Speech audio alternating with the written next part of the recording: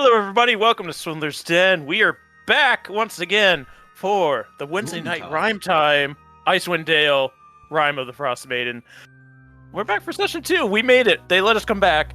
So thank you for that, for all the support you've shown over this last week at the first stream on the channel, all that fun stuff. Thank you from the bottom of my frozen heart. So first off, I want to do announcements is what I should do first. So, of course, on Mondays, we have our other show, Morris, at 7:30 p.m. Eastern Standard Time, and that is our homebrew campaign. It's been getting crazy over there. I was watching this last Monday, and it's some fun stuff, so you should go check that out for sure. As well as follow Swindler's Den on all the social medias, Twitter, YouTube, Discord, Instagram. We have a Patreon as well if you want to listen to the audio-only versions. For only a little dollar, you can get that and listen to it at work or wherever you're off doing, hiking, all that fun stuff. Help support the channel as well. Other than that, we have a show coming up soon, so keep your eyes peeled for that to fill out the schedule. So we'll have 3 again per week. We don't know when that is for sure, but this Sunday is the talkback, right, for Dragon of Icespire Peak. So you can get your questions answered and hear things from the cast and the DM about that show. It was a fun time, so be sure to go check that out as well. Other than that, Grizz, is there anything else going on that we should know about? I'm moving, so, no lights and stuff and boxes everywhere. That's it. Yeah, You're still sexy as fuck in my book. Grizz is throwing the stream, but we still accept him. Also, you may notice that we're down a person. Dr. Phage is not going to be here tonight. He got a new job, which is at the 3rd shift, unfortunately. It's super exciting that he got a new job, but it doesn't work great for this stream. So in the future, he will be at the beginning of the stream, and then he'll have to leave for the second half. But he's still getting his sleep schedule fixed. I understand that. I used to work 3rd shift myself, so he'll be gone this week, unfortunately. But we send him all the support for this new job. You can do that as well. Let's introduce our player, shall we? Let's start with, I don't know who's on the layout first. Me. Hello, I'm Grizlocke. You just can find me here mostly, but I do have a YouTube and Twitch. And hopefully I'll start up again once I complete this move. We'll see. Yeah, and then we have Bumbleskum. Hey, it's your boy Bumbleskum. I play Heinlein. You can always find me at other places like Twitter at Bumbleskum or at IDL_RPGS, because I also have a role-playing channel and streams.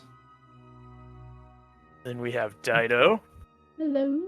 I play Mila, the Tiefling Sorcerer, and you can find me here on Wednesdays and Monday nights, and over on Party Wipe Games on Saturday nights. And TommieTaco. I play Zavros, the half-elf ranger, and you can find me mostly here on Swindler's Den or on my Twitter, but I have recently started my Twitch channel back up, and I got a new Wacom tablet, and I'm excited to just be drawing. So if you want to come in and hop in and just chill and chat while we make some art? Yep. Hop in and whack them with whack one out, whack them out. Damn it. It was a better joke in my head. Yeah, that was when you started saying there. Definitely go check out that. Tommie's drawings, super hot fire. So go check those out for sure. But like I mentioned, Dr. Phage, who plays Axel, will not be here tonight. You can follow him on his Twitter at Little Growth, if you'd like to do that. Otherwise, let's do a little recap, shall we? So in the first session of Rime of the Ice Maiden, we learned of the magic that was keeping Icewind Dale within a never-ending winter, where the sun never shined, put there by the god of winter's wrath, Ariel. We then met our little traveling crew here. We had Heinlein.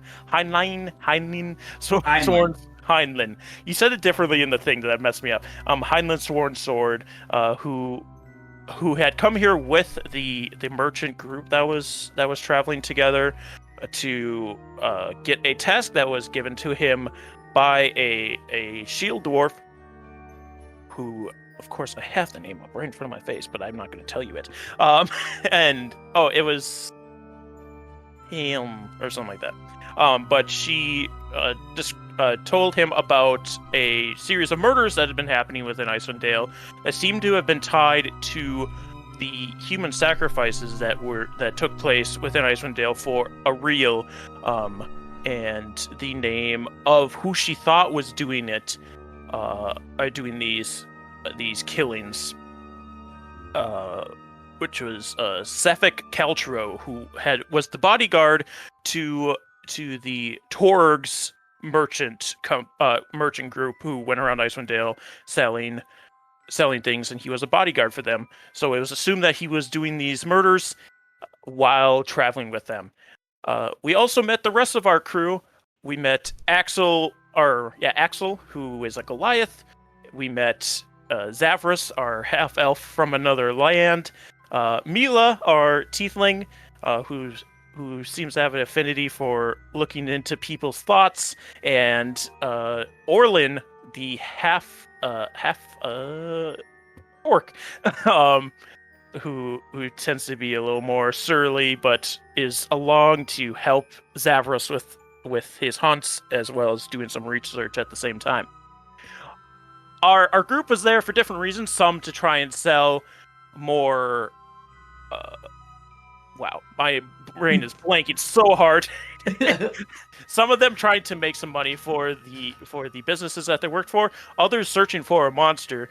But at the end of the day, the business didn't go as well. But it seemed the business of monster hunting was going well, as a dwarf by the name of Grizlocke came up to them, assuming that they were the fishers that he had hired the night before in a drunken state. He was still drunk at this point, but after finding out this group was not the group that he had hired, still gave them the option to go and do this fishing.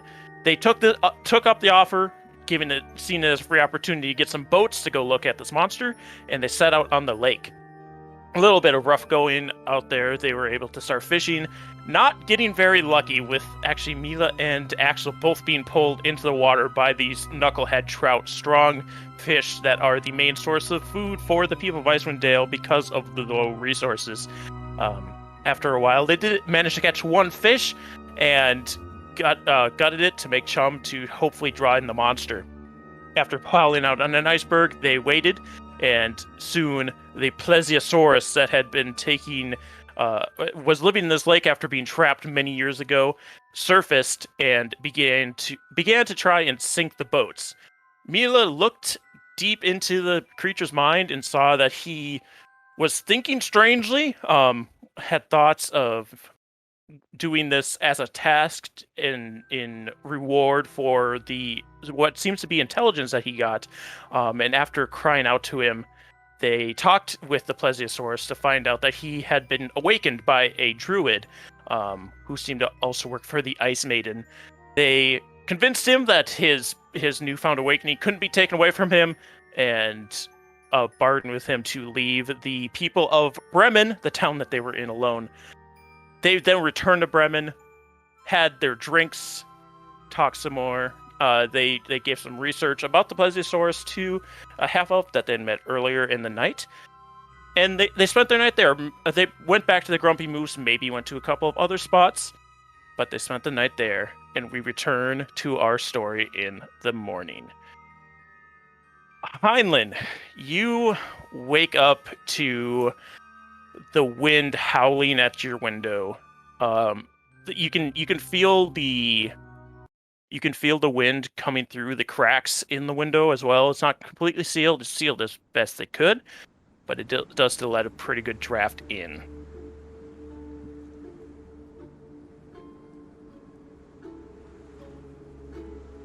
All right. I get myself ready. As much furs as I can, and whatnot with my armor.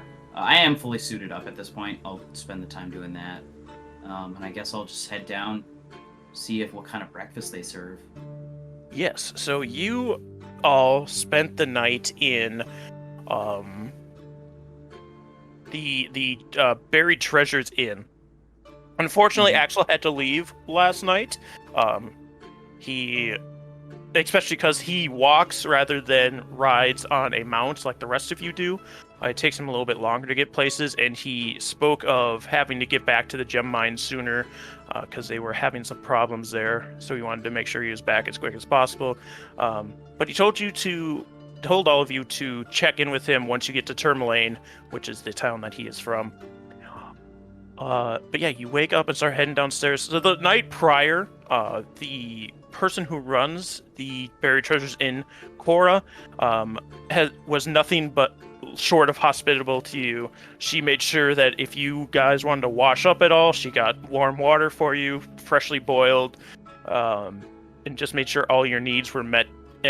But it seemed like there wasn't very many people here that were staying the night here. It seemed like it would be a place a lot of people would stay, but maybe not in these times. But yeah, you head downstairs and you see Cora, who is a human, female human, a little bit older, is busily trying to clean up the place, pushing chairs in the small nook where you can have meals at, and sweeping the floor and things like that. Excuse me. Oh, sorry, I didn't hear you come down. Can I help you? Oh, no problem. I didn't mean to interrupt you if you were doing something important. No, I was just wondering what kind of food you might be serving here for consumption in the morning. Of course, yeah. We have knucklehead trout that I can fry up. Not much outside in the ways of meats. Other than I'm sorry, we just don't have. No problem. That's absolutely fine. Whatever you guys have here is perfectly okay. All right, and that's already included in the price of the stay. So don't worry, I'll do that. It'll take a little bit because I'm short on staff now, but I can do that. Yeah. No problem. What was she doing here? She was sweeping and pushing in chairs, so just getting it ready for the. Oh, okay. The morning. Yep. If she goes off, I'll just push in some of the chairs. Okay, cool. Yeah, she heads off to the through a door, which you can assume leads to the kitchen. Mm-hmm. And you start pushing in chairs, helping her spruce up a little bit, and the rest of the party, will come down to join you at this point. Yeah, I imagine Mila's braid looks just even worse and matted than it did yesterday, having fallen asleep with wet hair.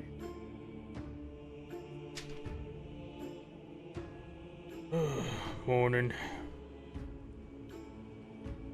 Good morning there, fellas. Hello there.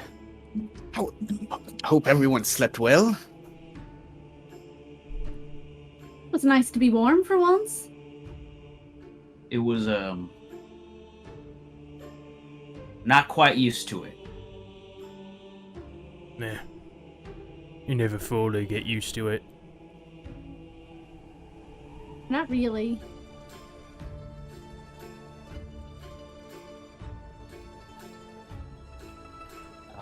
I basically just, I'm setting up myself at the table now after I've pushed in some of the chair, made sure it was pushed in and stuff, and just set myself down waiting. I'm not too in a hurry because I know these guys are, whenever they do whatever they're gonna do is when we leave, basically. So. Highland, did you want me to ask around some of the other merchants to see if they're expecting torgs anytime soon? Well, that'd be mighty kind of you. That would actually be pretty appreciated if the sooner I find this information, the better. It wouldn't be very suspicious if I started asking around. I tend to do that sometimes, try to keep ahead of them a little bit. Then if some stranger to these parts starts asking questions. Yeah. No, that makes sense. It's at this time that Cora comes out with a plate of 2 knucklehead trout fillets. Sets it out. Oh, I'm sorry to keep everybody waiting. Can I Was everything up to standards last night? Was it warm enough in here? Everything was perfect, Everything was just darling. fine. Can I get anything for the rest of you? Do the rest of you need food? I'll just have what he's having. I'll take whatever. And for do you have any of that that warm brown liquid? I think it's called coffee. I can scrounge some to get. Yeah, we've got some. It'll take a little bit. It's just me here, so. We'll take your time. And then she will hurry off into the kitchen. So, chewingas. Where might we find some chewingas? Typically they can probably be found on the outskirts of town, possibly. I mean, with Bremen being so small. So they're like little elementals of some sort? Yeah, some little tricksy elementals. Well, I mean, no, just looking around the place, I think if you're gonna find one, it could be almost anywhere, if I had to guess. Given that, well, we're in some pretty severe weather at all areas. People are probably just gonna think that whatever's playing tricks on them is just the weather. Luckily, I've got this lantern that's supposed to help find it in a 300-foot radius. There's Well, some there you perks go. for working where you do. Yeah, it was something that Issa gave me. She thinks that this chewinga will be able to help her shop. How so? She didn't really say. I mean, I'm sure you could get some good parts off of a chewinga, but I don't think she was wanting to kill it, because she did say she wanted it brought back unharmed and unrestrained. So I'm pretty sure she would like to keep it alive. I don't know, maybe Well, they make I gotta things... say, you know, if it's a creature of the weather, you get better information from a living captive who thinks he's there to be your friend than a dead one. not An arm looking can't for talk. information. Just some things for my potions and such. Well, what kind of things? Well, I mean, I kind of know some of the things you come into the shop looking for. Yeah, that sort of thing. Eyes, hearts, toenails. You know, pretty standard. Well, I mean, you might be able to get some of them things. Good. Just not from the chewinga, though, please.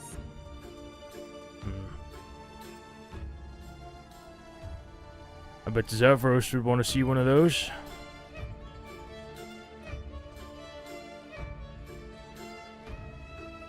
Okay, finally got unmuted. I'm sorry.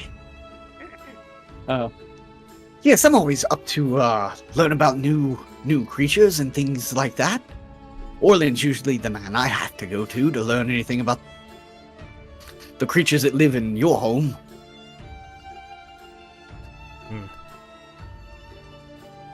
Well, maybe even on our way back to Trimmelane, we'll be able to find some other new inhabitants to the Dale that you can research and take a look at. Fantastic. Or At this point, go I ahead. was gonna say at this point, I've finished my meal. Took it down pretty fast. I set my plate down. I actually go like I like excuse myself and like push in my chair and I bring it back to the counter. Yeah, right as you're bringing it up, Cora comes out with three. Did Zavros want food as well, or just the coffee? I can't remember.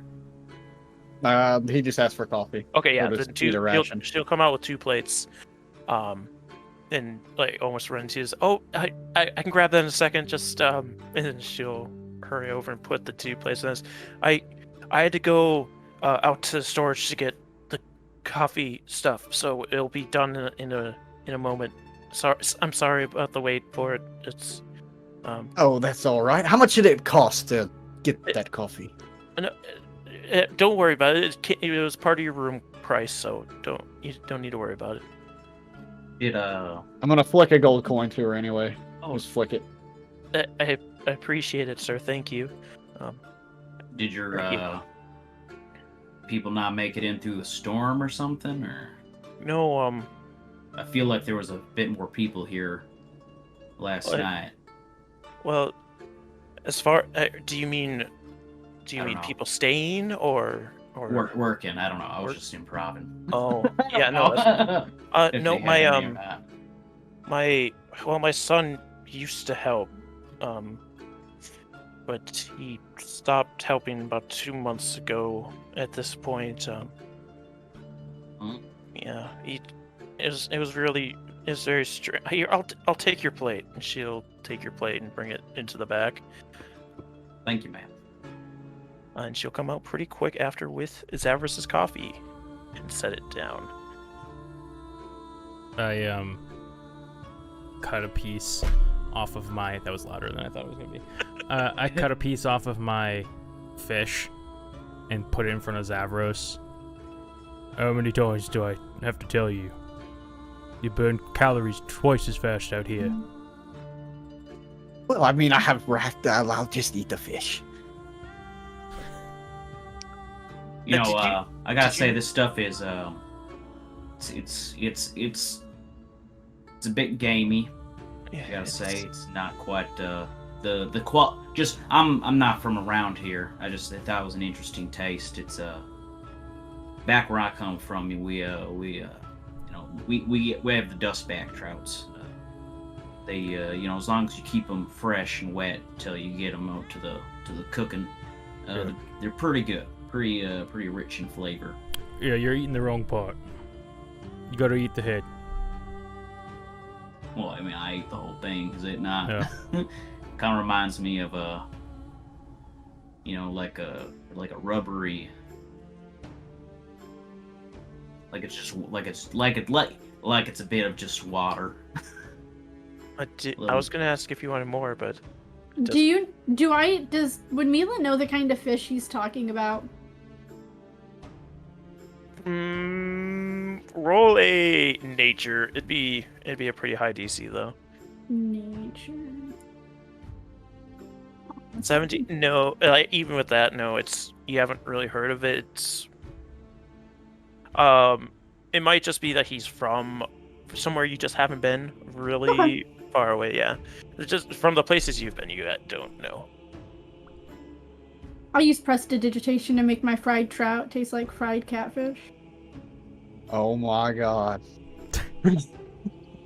But yeah, I was gonna ask if you wanted more, but if it's not up to standards for you, it's no, it's nothing like that. It's it's mighty appreciated. Probably the better thing I've had since I've been in the Dale. I was just commenting, small talk on the different types of things here.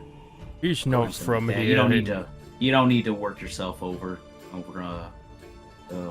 I hope I didn't mean to impede, but I helped a little bit here in the dining room. Oh no, that I appreciate it. Thank you. I don't normally like knucklehead trout, but this I thought it was quite good. Oh, you flatter me. Thank you. Speaking of knuckleheads, you were talking about your son. Oh yeah, yeah, Harwar, my son. Yeah, he used to help out here, but that changed after he got lost. He came back, of course, but he wasn't acting the same, and now he's gone again. So, Well, do you know which direction he went? I don't know for sure. Well, he was helping search for our speaker. Shale Scar. So our speaker tends to get lost. He's a little absent-minded in his old age. So he was on one of the search parties to find him in the most recent time that he got lost. but he ended up getting separated from that party in a blizzard that was going on. He came back the next day, but he was much more aggressive. He was such a sweet boy before that, but he became very aggressive and didn't want to help at all anymore. And one day I was cleaning his room and I found this shard of, it looked like black ice. It was just sheer black. But as soon as he saw me with it, he got very aggressive towards me and was threatening me. And then the next day, two tieflings came to talk to him for a while, and he left with them. Said they were going to some kind of castle. How long ago was this? This was only last week. Last week? Yeah. If you were to describe your boy, what are some noticeable features about him? Did he have black hair? And I'm like tossing my black hair up as I'm doing this. It's like, did he look like this old man right next to me? And I'm pointing at Orlin. No, How you like it? he's a human like me, but dirty blonde hair, no facial hair though. A little bit taller than me, I'd say, like just short of 6 feet. Did he take the sliver of ice with him? I haven't seen it, so I assume so. Was your speaker ever found? Yeah, they found him. He's back for now. Hopefully, he doesn't wander off again. But does black ice or people's personalities being changed, correlating with weather events, strike a chord with me in any way? Arcana-wise, Chwinga-wise. Roll it Arcana check for me, please. 22. Does this sound like what I found in the mine a couple of years ago? Does not sound like what you found in the mine. That did different things. But as far as what you know about this black shard, again, rumors. It's like you've heard of other people becoming very aggressive, having these black shards of ice. And let me see if I find the damn page. Yeah, so you've heard of wizards who would have it. That seems to be linked with some kind of demonic magic. It's very, very rare. You don't see it very often. You mostly read of it in books, and maybe the person who taught you magic might have even brought it up to you at one point. Mm-hmm. But you remember the name Chardolin. Do I know where that name comes from, like a religious name or anything? It doesn't come from a religious name. You're not sure where that came from, but yeah, it's Chardalyn.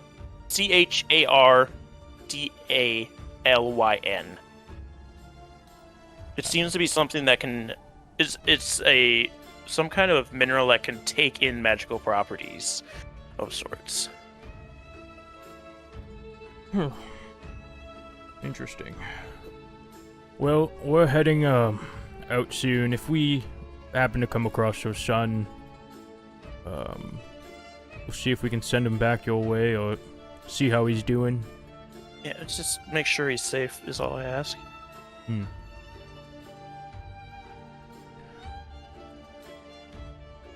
Alright, I better get back to... What? You had a question? Oh, sorry, it was not for you. Oh, I'm gonna go back to cleaning in the kitchen then. Lots of dishes with Brian. Those. Okay. Oh, just holler if you need anything, and she'll rush off to the kitchen. Such a sweet woman. Now, sorry, what was the town that we're headed to quick? Well, I think Axel wanted us to meet him back up in Tremelaine. It's a little north of here. Yes. We'd have to go through Targus? Yes, the current plan was to go Targos, Tourmaline is where Axel is, and Lonelywood is where Zavras and Orlin wanted to go, which is north of Tourmaline. All right, I think that's a good plan. You know, it's early morning. What time do y'all suppose we should probably start traveling? Well, I've got my coffee in me with some fish. Orlin, my grandfather here, really likes to take care of me.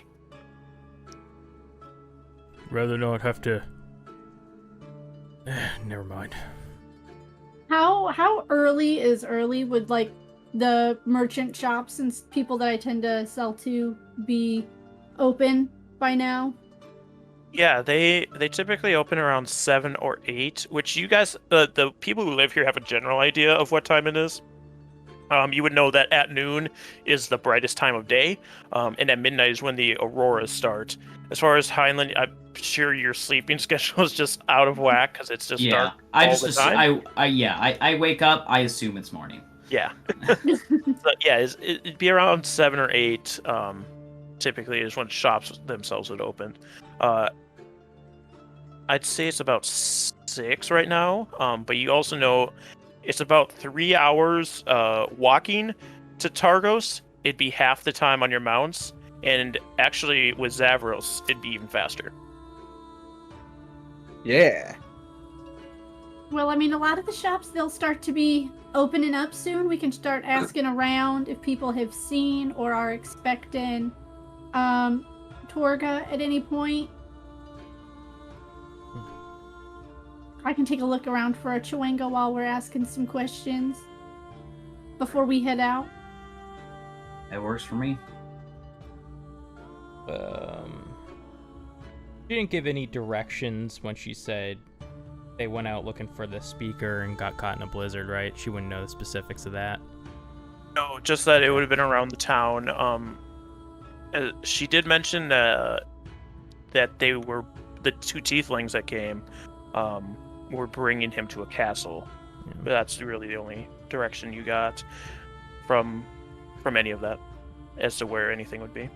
Nearby castles, where are we looking at? You would know, anybody that lives in these 10 towns would know that both Caer Dineval and Caer Koenig have castles.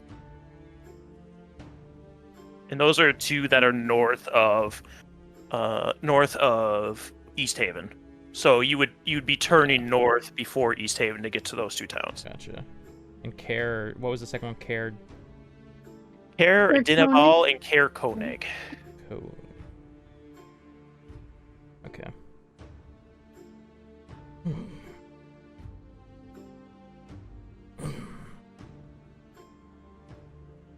Alright, I'm ready to go whenever. Not got any more business here. Right. I mean, I gotta look for my Chewinga. It could be anywhere, right? Well, I still have to look here before we leave. Alright. Yeah, you guys can start heading out and heading towards the stables. Are you lighting your lantern at this point? Yes. I will light my lantern. Yeah, Mila lights your lantern. It does give off a little bit of a light, so it's easier for Heinlein to see. The rest of you have dark vision, so you're all good with that. But over to the stables, it does not turn green at all. It just stays normal white light. Alright, I will gather my sled and DOG. Alright, we should probably head out just into the middle of town a little bit. There are a couple of merchants I can ask. Yeah, you guys get to the stable and you see DOG is excited to see you, as well as Choco and Tauntaun are chattering away in their stables. And there's a third Axbeak who he's a little beside him. It's like he doesn't like act when you come up because he is newer to you. But would you like to tell the viewers the name of your Axbeak, or do you want that to be just natural? I don't know. Natural. It's like a weird. I think it's weird to just blast your pet's name that you haven't seen before. Yeah, I don't know. That's very fair. So yeah, you're able to pick up your Axbeaks, which are these large flightless birds. Actually, I have an Axbeak picture. Why am I trying to describe it? I can still Yeah. describe it for the viewers that aren't looking. But they're these large flightless birds. They axe beaks of Icewind Dale are white in color with some grays and blues flecked into their feathers. And they have a lot of down feathers underneath their normal primary feathers. Axe beaks, where are you? Not named creatures, normal creatures. Right here. Show players. So yeah, very down white feathers. Large flightless birds, kind of like an ostrich or an emu, and their beaks come out, and they have the bottom beak, and then the top beak actually sharpens and comes up into a horn that makes it almost look like an axe. So that is axe beaks for you. Yeah, you guys gather your axe beaks and DOG with the sled, and you wanted to head towards the middle of town? Yeah, wherever the merchants would be that I can ask real quick. Oh yeah, okay. You're looking for like traveling merch, or like the actual places you try to sell to. Are you looking for? Yeah. Okay, so that won't be in the center because the center is the 5 taverns. But like right to the north of them is where some of the merchant places would be. And I'm gonna keep my lantern going. Okay. I will let you know if it changes at all. But you get to. I'm just trying to see if they have an actual name for one. So there's just a general store. Nothing fancy. Bremen's a smaller town. So yeah, there's just a general store there, and you see a human behind the counter who you've worked with many times. He's Thomas is behind the counter. Good morning, Thomas, darling. How are you? Oh, Amelia, I'm good. How are you doing today? I'm sorry, I can't take anything if you're trying to sell again. Oh no, that's okay. I figured in just the few hours that I was here, you wouldn't be able to buy anything. I was just wondering, are you expecting Torga around anytime soon? Or when was the last time y'all saw her? I think I said she was here a week ago last time. Yeah. No, she was just here last week. I'm not expecting her anytime soon. Why, have you heard different? No, I'm just trying to stay ahead of her, you know. She kind of makes business a little bit harder than it already is. I wish I could save buying wares from you, but she twists my arms, so a little hard sometimes. Yeah, she could sell a man his own left foot. It's, rumor has it she might take his left foot too, just to try and sell it to him. So, you know, I guess to each their own, right? I mean, if he's not gonna lose it to her, he's gonna lose it to Frostbite. You gotta keep him wrapped up out there. I just mumble to Orlin about like your customs and cultures are so weird. Well, if you do happen to see her around, don't let her know I'm looking for her, but if you can send me word. Lips are sealed. How do you want me to send you word? You can just send it to East Haven for now. I'm sure Essie she'll get it to me. I will do that. Thank you so much. Of course. Stay safe out there. And you too. Don't let these blizzards. They're getting worse and worse every day. They are. They're not great. They're not great. Probably will never end at this point. You are probably right, sir. And with that acceptance of despair, you guys head out of the.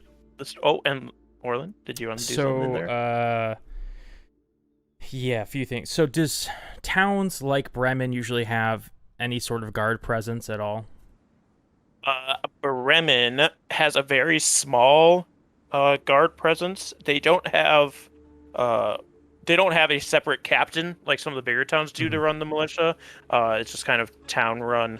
Usually the speaker will run it. You aren't entirely sure because you haven't heard the best things about the speaker so far. He seems a little absent-minded. So, but they don't have like a specific captain at all.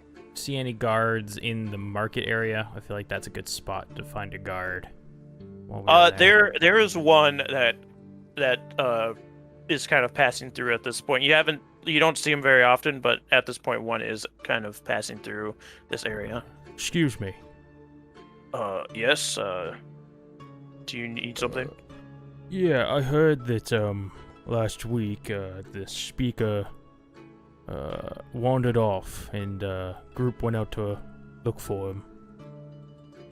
Yeah, he tends to do that. He's in his old age, just can't keep an eye on him all the time.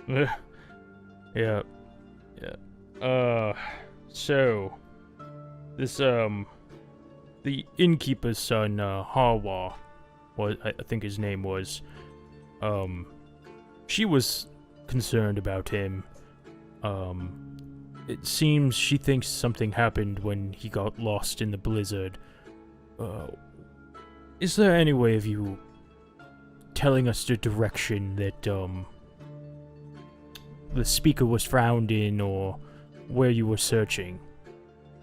Yeah, the speaker is found just a little bit north of here, just wandering the tundra. Nothing for miles up there. Right. Yeah. Okay. Any ideas what might have happened to our son to cause such a sudden break of character? No. I mean, may have gone mad in the blizzard. It's a wonder he even made it back from that. Most people would just die out there, especially by yourself. Right. Well, thank you. Of course, I'll be on my way unless there's anything else. No, I think that was it. Thank you. Alright, and he will start heading off. Seems to be heading to some kind of shelter to get out of this cold at this point. The wind has died down a little bit from this morning when you were hearing it against your windows, but it's still cold. When I would have shut off the lantern when I went into that shop. Alright. Yeah, it hasn't acted up at all, so you don't think there's any in the area currently. So, Mila. Yes? It's a long shot, but I was thinking about that blizzard that, Cora was speaking of, and how her son changed. Could be a Chewinga trick.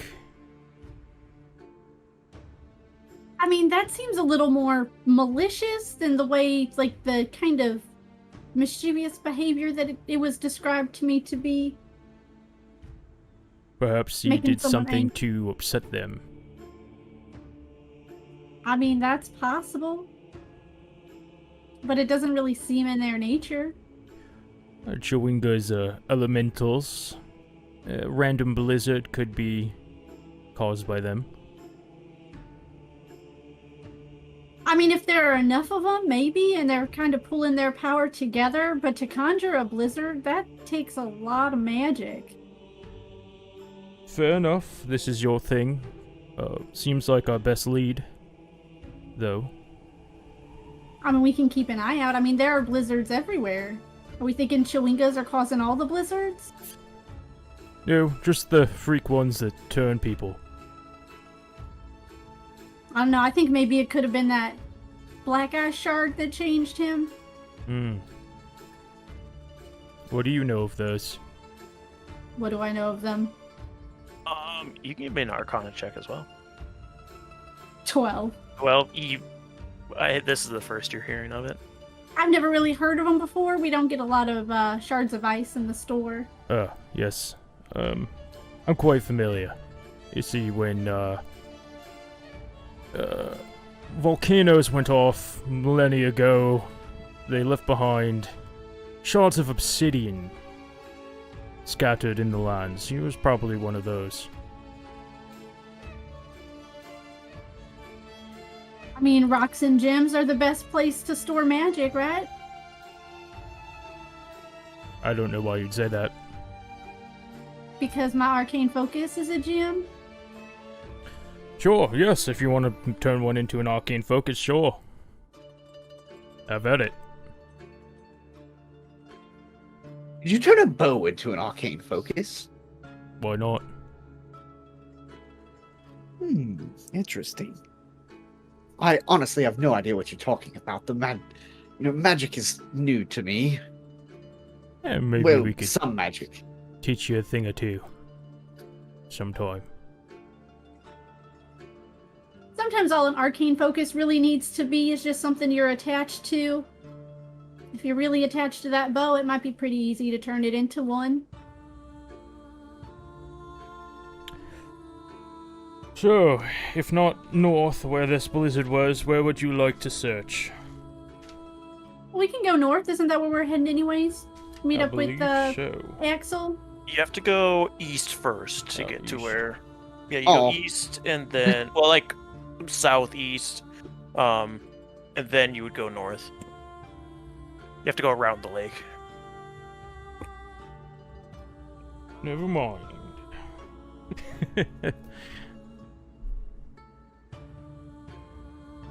Would going through...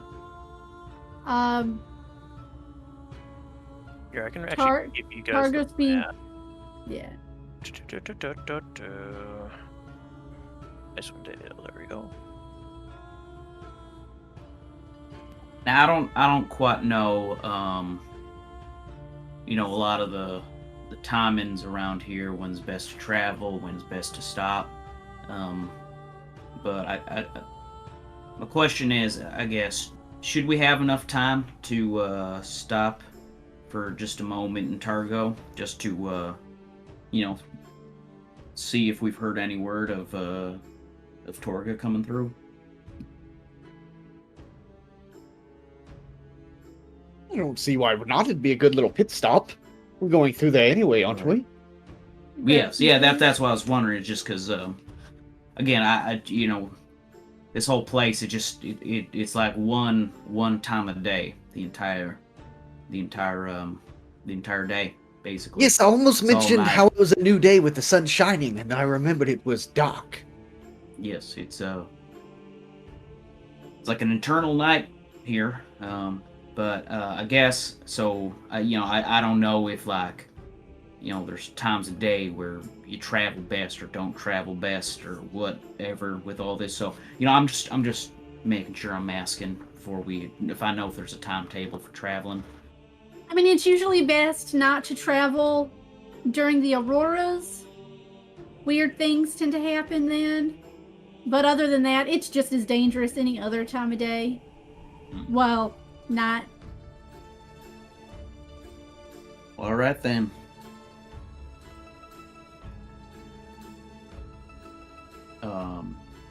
If we arrived at Targo, I don't know what it would, sir. So you guys are gonna start heading out of town to head to Yeah. Targos. Yeah.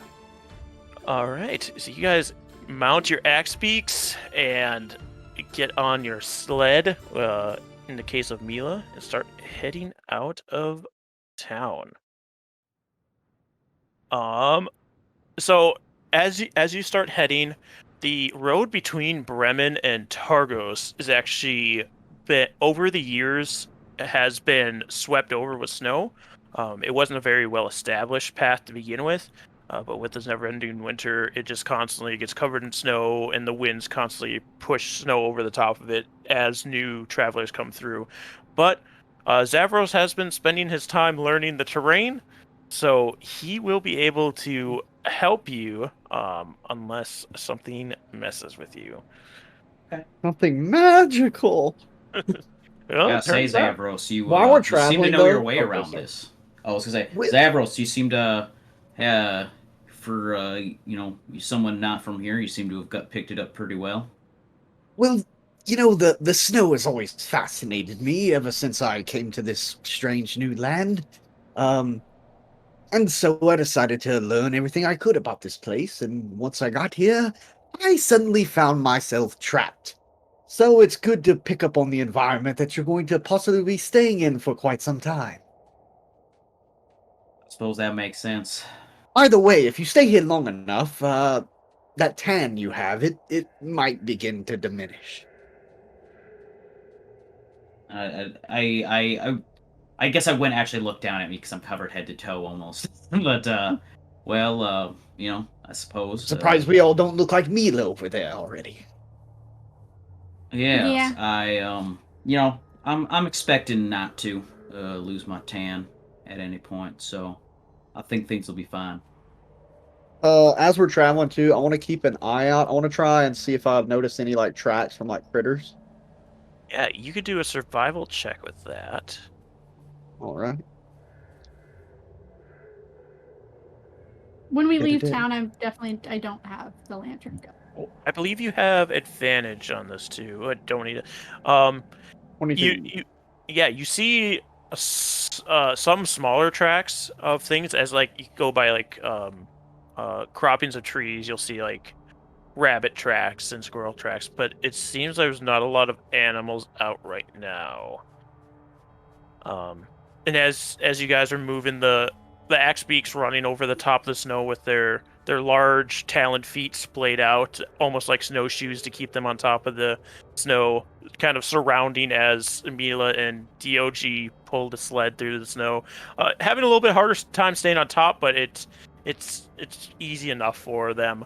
But yeah, this strange lack of wildlife, even in... Because, like I said, the wind was starting to die down, but there's this lack of wildlife, and it almost seems, as you're going, the wind does begin to pick up, and the snow starts to become heavier, starting to obscure vision. Well, perfect. This is... it's perfect. I'm kind of riding on my on Choco with my hand out kind of in front, kind of like I'm looking, trying to block the snow from getting on. Like I don't know if I got goggles on or something because of the blizzard, just wiping it constantly. Yeah, if you want to have goggles, you can. That can be part of your heavy winter gear. But yeah, it just starts becoming more windier and more snow.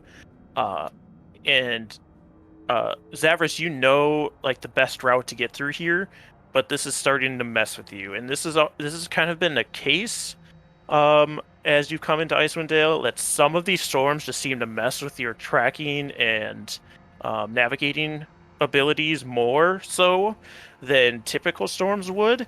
Like when you do this kind of navigating back where you're from, you could get through storms no problem. These blizzards have something about them.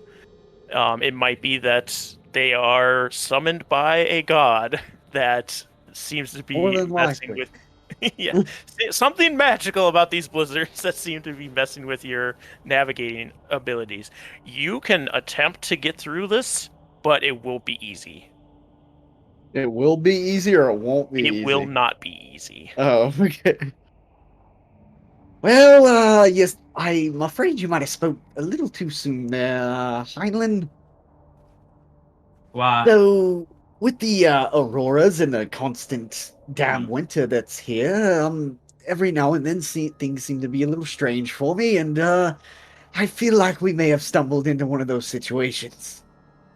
For me, it's like constant just like darkness, and like because it's like kind of like twilightish. It's like darkness, twilightish, just a flurry of snow. I can't tell any difference between the storm and the not storm. So like for me, I'm always excited by this going through, and I'm like I'm not really sure what's changed. It's probably, well, you see, apparently a god is creating these types of things, so that might be the reason why I'm suddenly lost. Oh. So do you think we should try and find a cave nearby and just try and wait it out a little bit? Get some shelter going? Or do you think we should run through it? How What often do you does think, that Orlin? lantern work, Mila? Oh, I mean, I can try and light it. I don't know if I can in this wind. She'll kind of take her cloak and like try and like put it like over, like block it from the wind to try and light it to see if it does anything. Yeah, I assume you guys are stopping to talk to each other. That's why you're not just hauling through this. Screaming at the top of our lungs while going through a blizzard. Yeah, it's like, How are you doing? the wind is starting to pick up, so it's getting harder to hear. But yeah, you can kind of block it from the wind and light it. It sheds a dim light around you, but white color still. Doesn't seem to be Chewinga's doing. Good. Okay. I'll put it out once I see that it's not changing. Anybody got some tents, or do we want to try and find a cave? Or actually, no, I got a tent on my sled. We want to wait this out? I don't know. I mean, I could try to push on, but you know, you all know the land better than I do. I've just done a lot of studying, but even then, I'm sure this whatever you call it a god, a deity, whatever's been doing this to your home, you know, I'm pretty sure things are different for you as well now. I mean, even a normal blizzard is pretty dangerous. Yes, but a normal blizzard I can get through. Well, you're probably our best chance at getting through this. If you can't get through this, I don't think any of us should try. Right. Yep.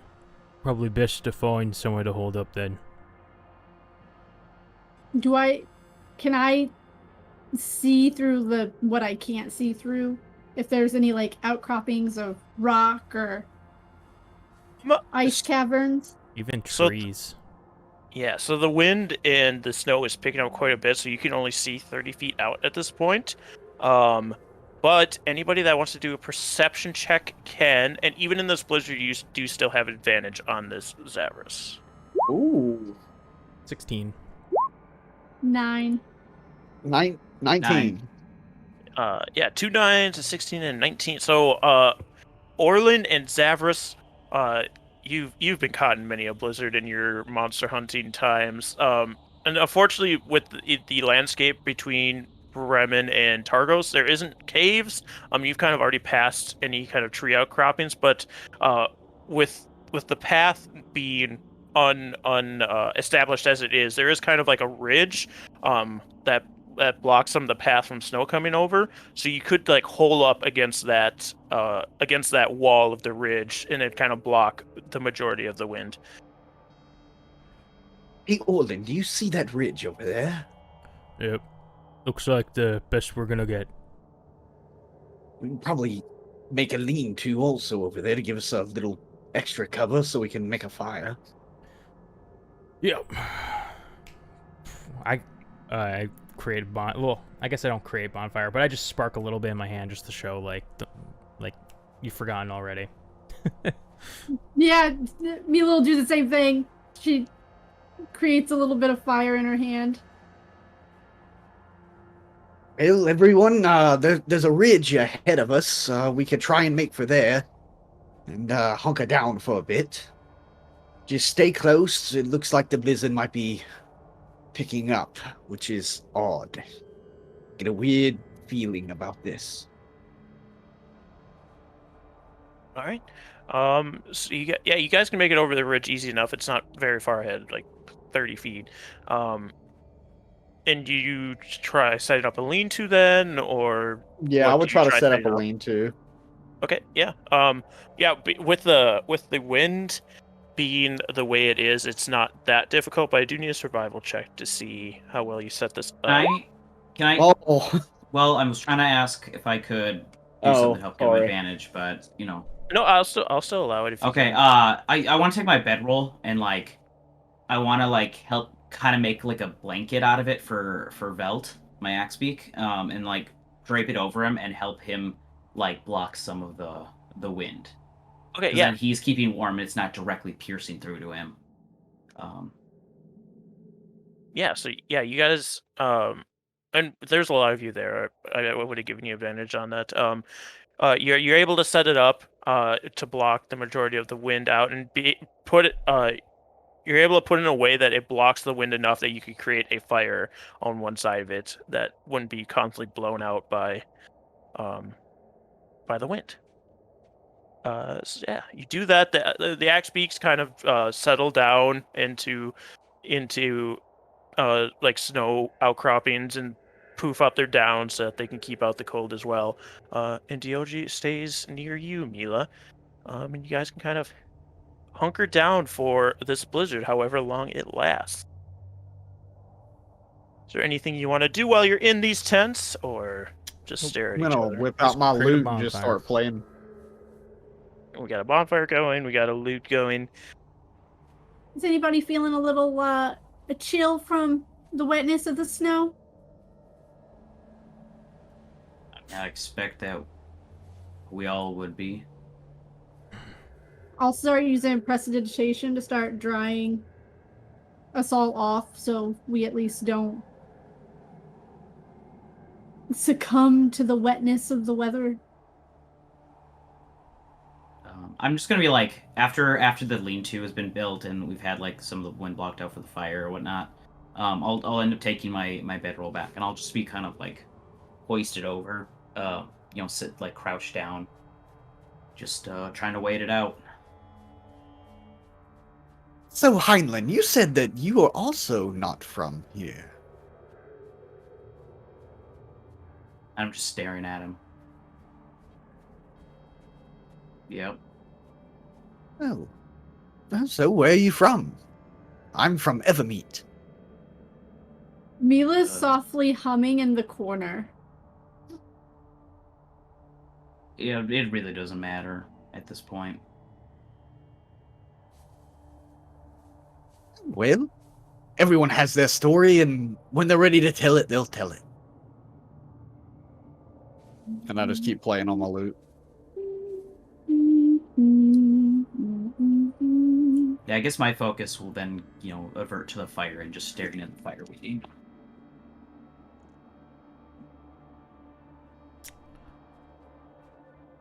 Yeah, I'm just waiting. Mhm.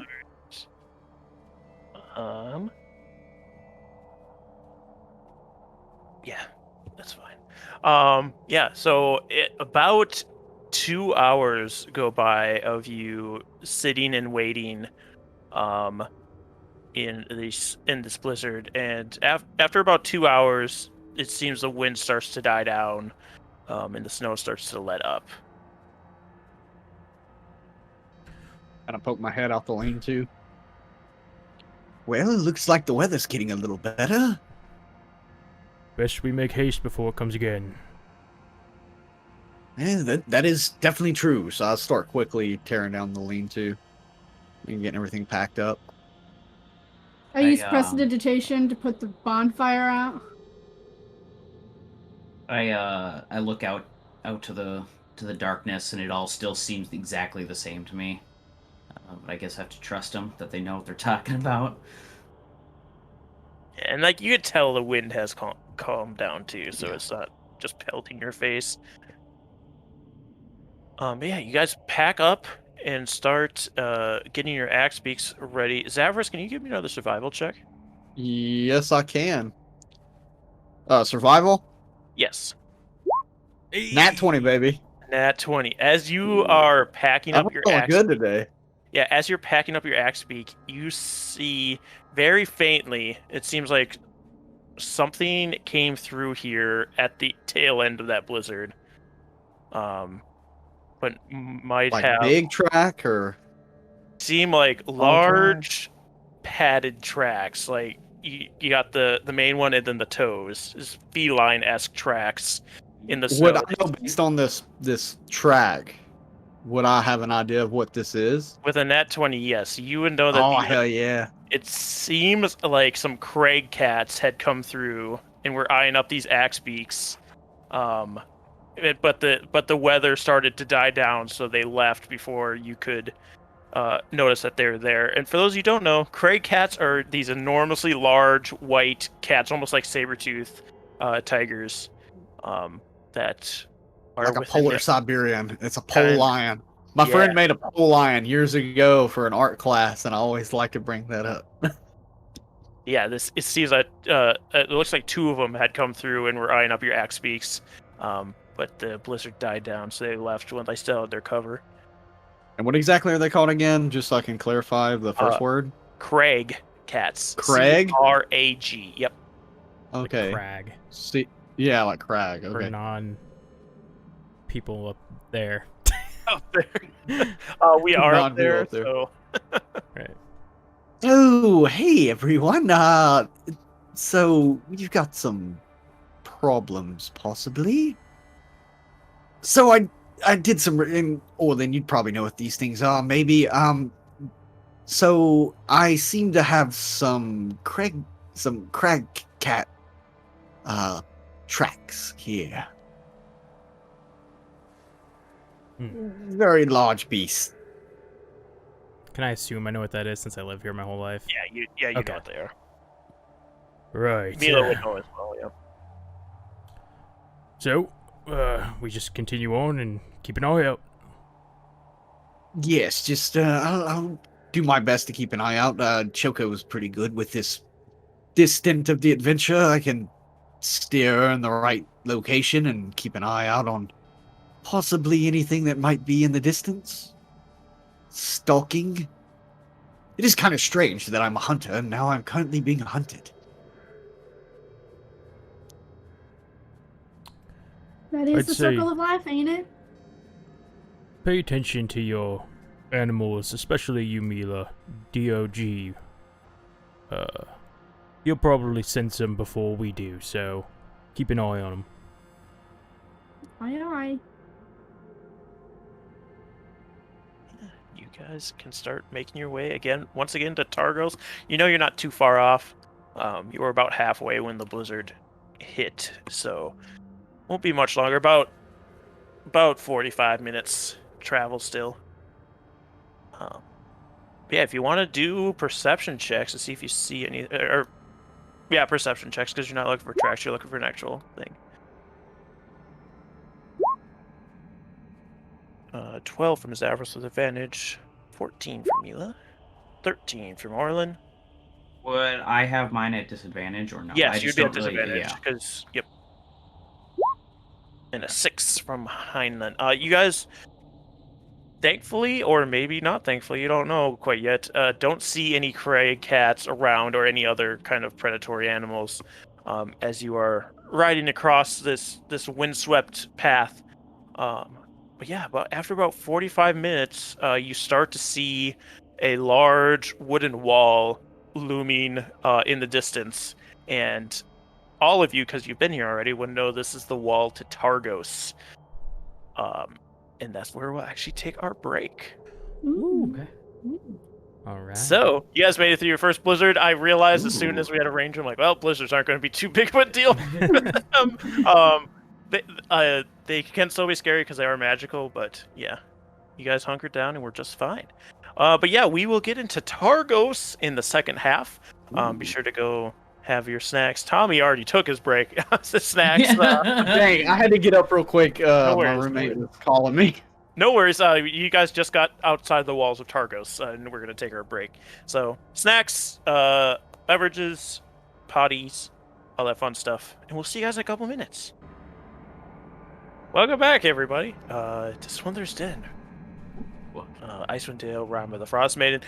In our first half, we finished up some business in Bremen, talking to some peeps, getting some more information on different things going on within the Dale. Some strange things are happening, as Randy Newman once said. But then they continued on to the path outside of Bremen, heading over to Targos, and our friend Zavros was able to shine, showing off his ranger abilities, and getting them about halfway until a blizzard hits, and then they decided to hunker down for a little bit, waiting it out. Once leaving that, they saw there's some crag cats stalking them, but they were able to make it safely to the outside of Targos, which is surrounded in a large wooden wall around the area. As you approach this wall and you approach the entrance from the west, you see above the doors is a shield, the heraldry of the town, which each of the 10 towns have, and you will see that it is a blue shield with a ship on it. This is because Targos is known as like the major fishing area of Icewind Dale, of the 10 towns. It's known best for its fishing, and the wall that actually surrounds Targos goes out into the lake to keep the town safe, as well as all the boats that are docking there. I will now drag you over to the Targos map. It's not going to be as filled out as the other towns, because you don't know it as well as like Bremen and your hometowns. If I can find Targos, there it is.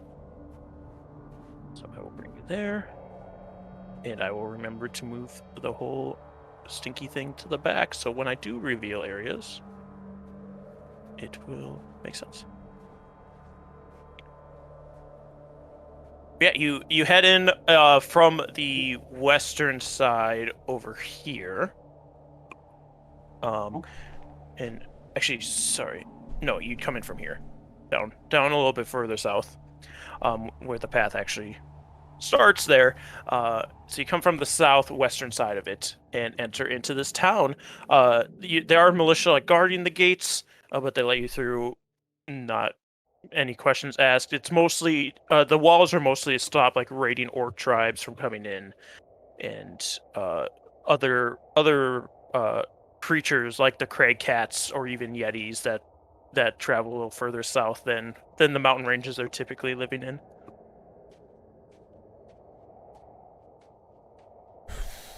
And whatever your guys' plans are from here. About what time of night is it?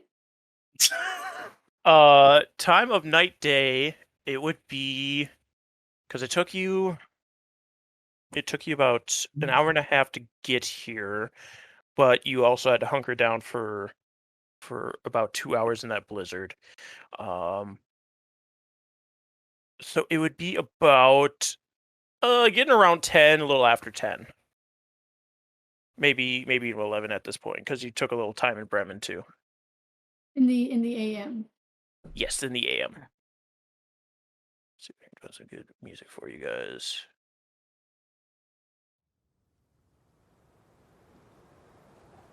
Did we want to ask around to see if Torga had been through?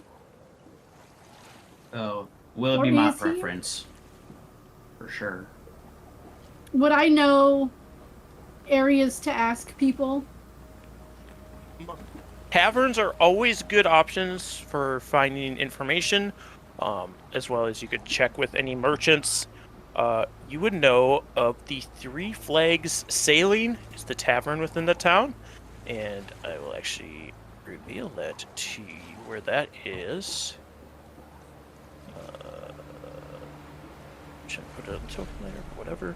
So the Three Flags Sailing is closer to the docks, as well as the general store is called Triglio, which is a little bit closer to you guys.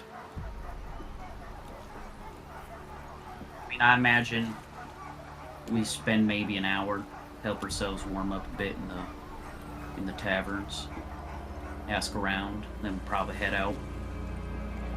Yeah, I don't have too much to do here, so...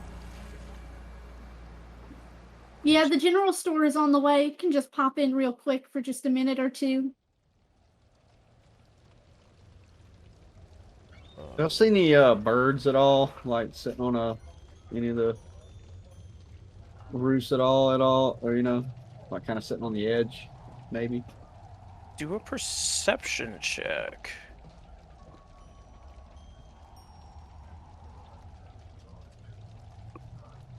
14. A 14, yeah. There are just like a couple of ravens, sitting on one of the closer roofs. A pair of them sitting there. All right. I want to. Oh, sorry. No, go ahead. I want to cast Speak with Animal. Sure. Cast Speak with Animal on him. Hey there, Ravens. I have a question, if you don't mind my inquiry. How are you talking to us, human? I mean, go for it. I was wondering if you saw like a blondish human, maybe with a couple of horned people coming through this area in the last week. we've seen lots of people. None that fit that description, though. Oh, all right. Well, good luck being birds. Good luck being you. And then just kind of just keep walking with them. All right. So you guys are heading to Triglio first, correct? Mila will at least. Yeah. Okay. Yeah. Do I know about how long it would take to walk through the town to get to Three Flags Sailing? Three Flags is about a 20-minute walk. Okay. I wanna when we get into town, I wanna light my lantern. Okay. Very cool. Yeah, you I want to can make do sure that. that I'm keeping track of. Yeah. I will let you know if anything changes with that lantern. Is everybody going to Triglio with Mila, or are some of you splitting off to go to Three Flags? I'll split off and go to Three Flags. Okay, cool. Yeah, I'll do the same. All right, Zavros and Orlin are heading to Three Flags, and I'll go to Triglio. Mila and Heinlein are going to Triglio. Let's go to Triglio first. So a lot of the buildings in this town, you two, Mila and Heinlein, would catch on to this. The stylization of these buildings seems to be very reminiscent of the buildings in Luskin, actually, a town that's further south and is more of a seafaring town. And these seem to resemble it. And you head into Triglio, and there is it's like the bell rings as you push the door open, and there is a man standing behind the counter there. He's very thin, almost scarecrow-like, with his appearance. Like the arms are very long and slender as well. And you can that's all you can tell from me right now. Yep. Hello, can I help you two? Yeah, we were wondering if Torga's been through here with her lot lately. Lately? She's here now. She is. Do you know where she's at? I was hoping Yeah. to sell some things to her. Yeah, she'd be down by the docks, a little further to the south side of Targos.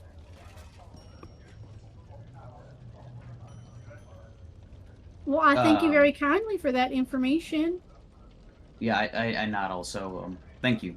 And then I just that's about it. That's my entire interaction with those guys. I walk in, I stand there, listen, and thank you, nod, and immediately walk out with my hand on my hilt. You Like said not the like south not like side? holding a sword, but like Just like on yeah. yeah. You said the south side? The south side, yes. He lifts up his hand to point, and it's just this gnarled hand. And yeah, he's kind of pointing over in this direction, so further south than the Three Flags, but on the lower side towards the docks. I'll thank you, sir. What was your name? Justin Hunray.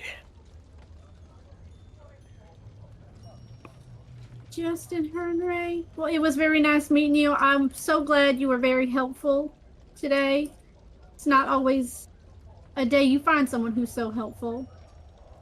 Well, just remember that when you need to buy something. I know you're going to Torga, but Well, she just asked me to find something specific for her, and I found it, so... right, well, good luck. I will, nod and head out of Triglio. We will head to the other two, because it seems like Heinlein has his idea of what he wants to do next. But, like, you guys split off, and it takes you guys a little bit longer to get to the Three Flags Sailing than it would have them to get to Triglio, so that, like, them talking, and then wherever they end up heading next is going to be happening during this time. But Zavros and Orlin, you make it to the Three Flags Sailing, which is the tavern here. We're gonna need to stay a night, right? Is that what we're doing? Stay a night here? Possibly. It's been like 5 hours worth of travel, or about 6. Is that how long it took us to get here? No, it was only 4 and about a 3.5. 3.5. Okay. It was an hour and a half of Okay. travel, Okay, 2 hours 'cause of waiting. I thought we were like an hour in, and then got broke down for like an hour with the blizzard, and then another 2-hour trek. I'm sorry. Nope, you're good. that. You're No, good. you're Yeah, fine. it's about 45 minutes, 2 hours, 45 minutes is what it ended up being. Because you're able to move faster across land, it wasn't as long as it should have been. Mm-hmm. And how Oh, far is okay. the next town that we're heading toward from us? So I wish I had the map. Probably a day. No worries. So to Tremolane, it is about 4-hour travel. Okay, so we don't have to So, worry about that's getting it. Yeah, rooms yeah, there. even shorter with that on your mounts and with Zavros. Yeah. Cargo Man, sec- I was just judging it based off this, and then the next time over, are we going to Bryn Shander, or are we going to Tourmaline? We're going north. Tremolane, which Tourmaline. Tourmaline. Tourmaline or Tourmaline? Tourmaline. I've been saying Tourmaline. So Tourmaline. Okay, Tourmaline. quick question. Yeah. Targos is a human sacrifice.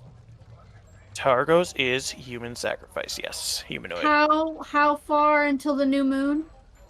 It's 6 still a- days. Okay. Yeah. I just want to make sure I keep track of that. So Yeah, what would no be that? worries. Like, No worries. Oh, then maybe we should get out of this town before. We have some time still. All right. Yeah, you guys walk into the Three Flags Sailing, and the atmosphere is very subdued. Like, people are very much keeping to themselves. You see a lot of them are eating out of bowls, rather than just typically what you'd see as trout. But they seem to be eating some kind of chowder. And there is an elderly woman who is behind the bar.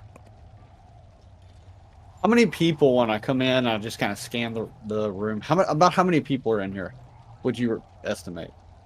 There are 5. There's 5 people. Yeah, there's 3 at a table and 2 at another table. Okay. So I'm doing that. I'm just kind of following Orlin into this place.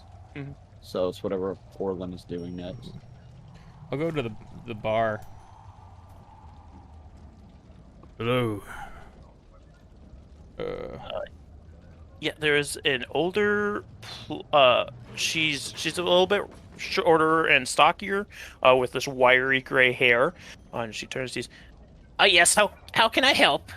You come in for some of the chowder, or Wouldn't happen to have some of the good mead, honey mead, would you? we just have a little bit left. We haven't gotten our next stock, but we still have some left over from the last round. Oh. The last place I went didn't have any, What's been going on with that? They've been having troubles over there. Some kind of giant came in, killed their speaker, and I look towards Zavros. Oh, will this have to do with anything with the things eating the loggers, or is this somewhere else? I'm not familiar with where the meat is actually created. good mead is over by East Haven, to the south of it. Oh, so not very far from where we've been living. Not far at all. A giant, you say?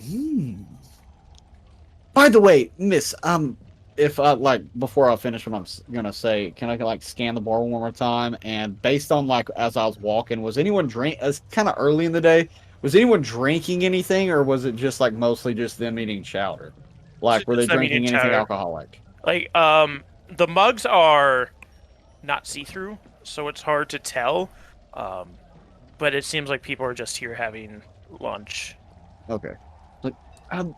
What's in that chowder of yours? Well, you got some cheeses in there, couple of different herbs. There's trout in there as well, of course, big fishing town, so. Yes, that is true. What about you, Orlin? You gave me some of your fish. Can I treat you to a chowder? I'd love it. Thank you. All right, 2 chowders? 2 chowders. 1 minute here. Let me ring it up in my cash register that we have apparently. It'll be 4 copper per bowl, so 8 copper. All right, I'm gonna slam 1 silver down. Oh, thank you. Change for you? No, that is for you, ma'am. Oh, well, thank you. Are you boys coming in from fishing, or a lot of the fishers are out right now? Actually did fish yesterday, didn't we, Orlin? Yes, we just came from Bremen. Oh, usually the fishers are out right now. Usually this place is a lot fuller, but all the fishers are out working right now, so. Makes sense. That's the regulars. Yes, speaking of everyone's out and busy, have you seen, Torga around? Is that her name? I don't fucking know her name. It's Torga. Torga? Yeah, Torga, okay. yep. I was right then. Yeah, she just pulled into town earlier, I heard. I haven't been out there yet, but I've been hearing she's here, so. Whereabouts? They usually set up over by the inn, the Luskin Arms, so it's probably where they are. And I will You know where that is? Like, a rough estimate. I'm not used to the area. Between follow these the docks and the gate. Follow the docks away from the gates. You don't want to go towards it. That's not where they're gonna be. Right. Put the Luskin Arms on the map for you. Sorry to ask you so many questions. Oh, go fire away. That's what I'm here for. We, I completely forgot. Did a man, with 2 tieflings by his side happen to come through here about a week ago? Blonde hair. Blonde hair. I can't say that I've seen them, but I also don't leave this tavern very often, so. They haven't come in here at least. Well, thank you for your time. I'll kind of slide a silver onto the table toward her. Oh, so generous. Oh, and by the way, I see you've got 5 other patrons in here. Yeah. Do you have any bread? Yeah, we can get you some bread. It'd just be 4 copper if you want a loaf. Well, I want to give another silver, and maybe you could give some of these good folks some extra bread to dip into their chowder. Oh, it's so generous. With everything that's been so gloomy with, the aurora and the never-ending blizzard that has trapped me here until I can escape. Probably a good idea to leave spirits open to excitement. Gloomy is is an understatement to say the least. I can hand out some bread to people. All right, just say it's on. Anyway, Orlin, where are we going next? Well, I say let's finish this chowder, and then we can go tell the others what we've learned. Come sit. Oh, I completely forgot I ordered this, which explains why I'm so skinny. And I forced him to eat every last drop. Are you guys talking at all while you're sitting there, or just sitting in silence eating? I do talk. So, about that missing boy, the son. He seems he has come across a bit of magic by accident. Perhaps you could call it a curse, but I'm not so sure. Those black stones that he stumbled across often are associated with devils and oftentimes house spells or other magics within.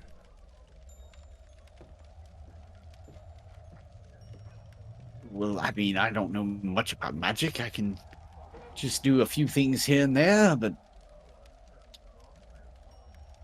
devils, you say? That's Doesn't right. sound like what you were talking about with Chowinas, whatever they are. Are those devils? Some call them little devils. But, Really, I should like to meet some of these Chowinas one day. I, for one... Well... I would like to see a son returned to his mother, but... Also... Devil sounds right up our alley. Well, right up our alley how? I mean, for a trophy, it'd be kind of strange to take the skull of a devil. Trophy for you, ingredients for me. And maybe some black rocks. You do like the weird bits when it comes to animals and such. What do you do with those things anyway? I mean, I brought you to the heart of that fox that one time that kept rummaging through that one farmer's fields, even though they were frozen, mad bastard, but... Potions, and sometimes they come in handy for spell components. Wait a minute, you mean to tell me that a couple of the potions you've given me over the years were actually made of animal bits? Yes. Oh, well, it really puts a different perspective on the circle of life and preservation. As I just, finish sipping up my chowder. Waste no piece of the animal. You know, normally I preferred my food cooked, but I guess it was cooked in that big black cauldron you have. Right. I must take you to Evermeet one day. You can see how we do things there. Although as for the magic, I'm not exactly sure how they do it. It's kind of strange. I'm telling you all this in the hopes that if we do run across one of these stones, you will know not to touch it.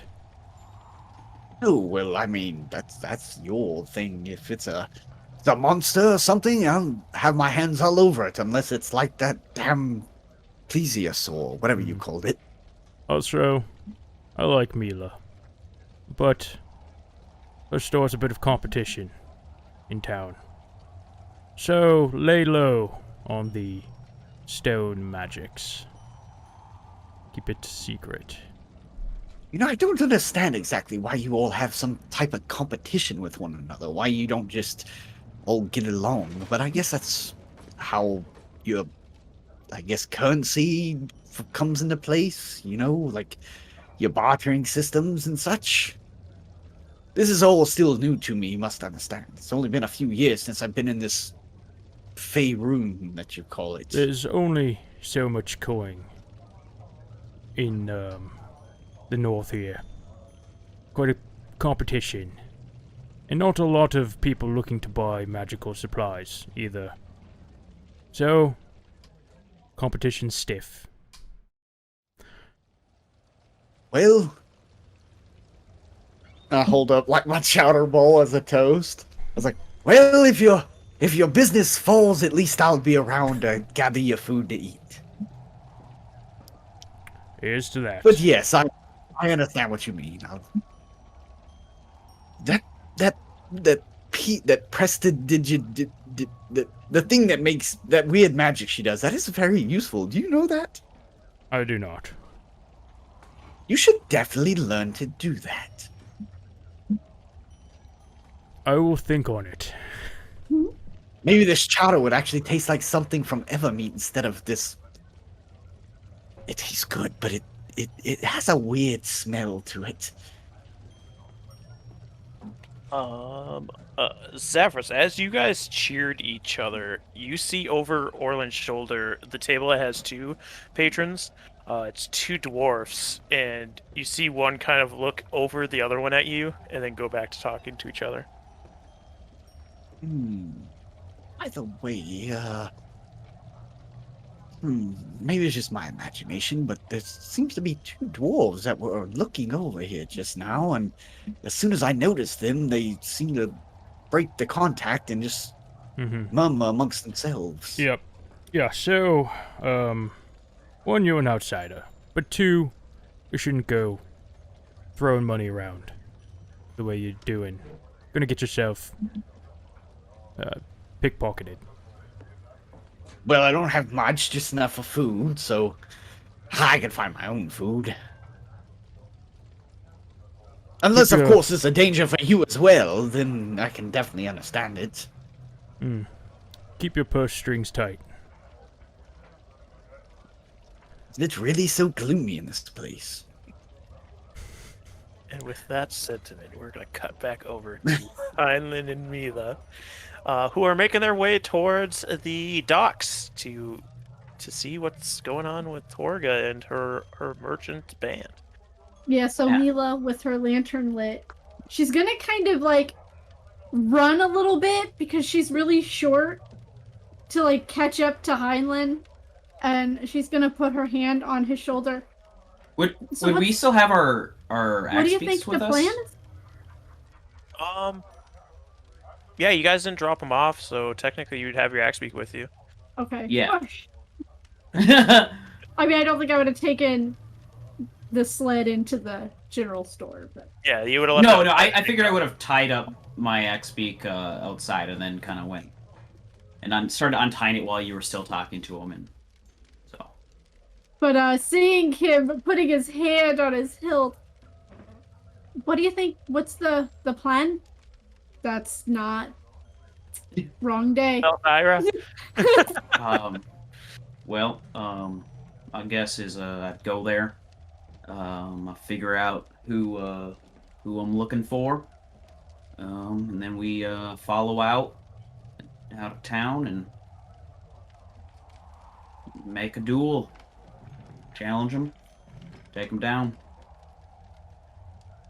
Just want to make sure that the plan was not to go straight to them and do anything too rash. Well, inside of a town, I'm assuming it's quite unlawful to really make a ruckus, endangering people. Figured I'd stick that to, the outer lands, the frontiers, where pretty much anything is possible. I mean, the laws are a little, iffy around here. Things like that aren't necessarily frowned upon, but it's best to do ear collecting. Maybe a little more secluded. Sorry, my internet just went weird. I didn't hear that last chunk. Oh, I whispered ear collecting to somewhere that's a little more secluded. Yeah, I expected, I wasn't gonna make a, show out of things with civilians around, so just wait until we're out in the frontier. Just give me a warning so that I can buff myself up just a little bit if we're gonna get into some trouble. Yeah. Here's a question. I know you seem to be at odds financially with this Torga. Would it make sense for you to be negotiating or being here with me, or do you think that would kind of ruin things for yourself? I tend to travel with all kinds of folk when I travel with towns, so the fact that I'm with, different people each time, it's not going to be too misleading or mistrusting. Okay. All right, then. Yeah, and I guess, just... I'll go at a slower pace. Or I guess you'd have your dogs with you. Yeah. I don't know if you're going to, sled throughout town or if you're just going to walk. But if you're walking, I'll, keep at a slower pace then. On the X-Beat, but... We can keep up together. Okay. And then head on over to the docks. Start asking around. Yeah, you head on over to the docks, and as you ask people, they'll point you further along until you get all the way down towards the bottom. where the dock actually fills out a little bit more along the coast. For the most part, the docks just go straight out, but as you get closer, it actually fills out to have something walk alongside. And much like Bremen, there is actually like a short distance of ice out into the water where they have to drag their boats across it to get out into the actual water. But soon you see a small gathering of people around 3 carts. So there's 2 carts that are kind of set up with tables in front of them that have different items on them. And then there's one in the back behind the 2 of them that seems to still be loaded. And there's people selling there, as well as give me perception checks, see who we all see. Okay. I gave you a lot of information for free. And there are like torches and things. You still get a 6, unfortunately, with your perception, Heinlein. And Mila got a 17. So Mila, you would right? Mila, you got a 17, or is that from earlier? No, it's a 17. I just rolled it. It is 17. Sorry. You do see Torga is there, like in the middle of the 2 sleds, kind of overseeing everything.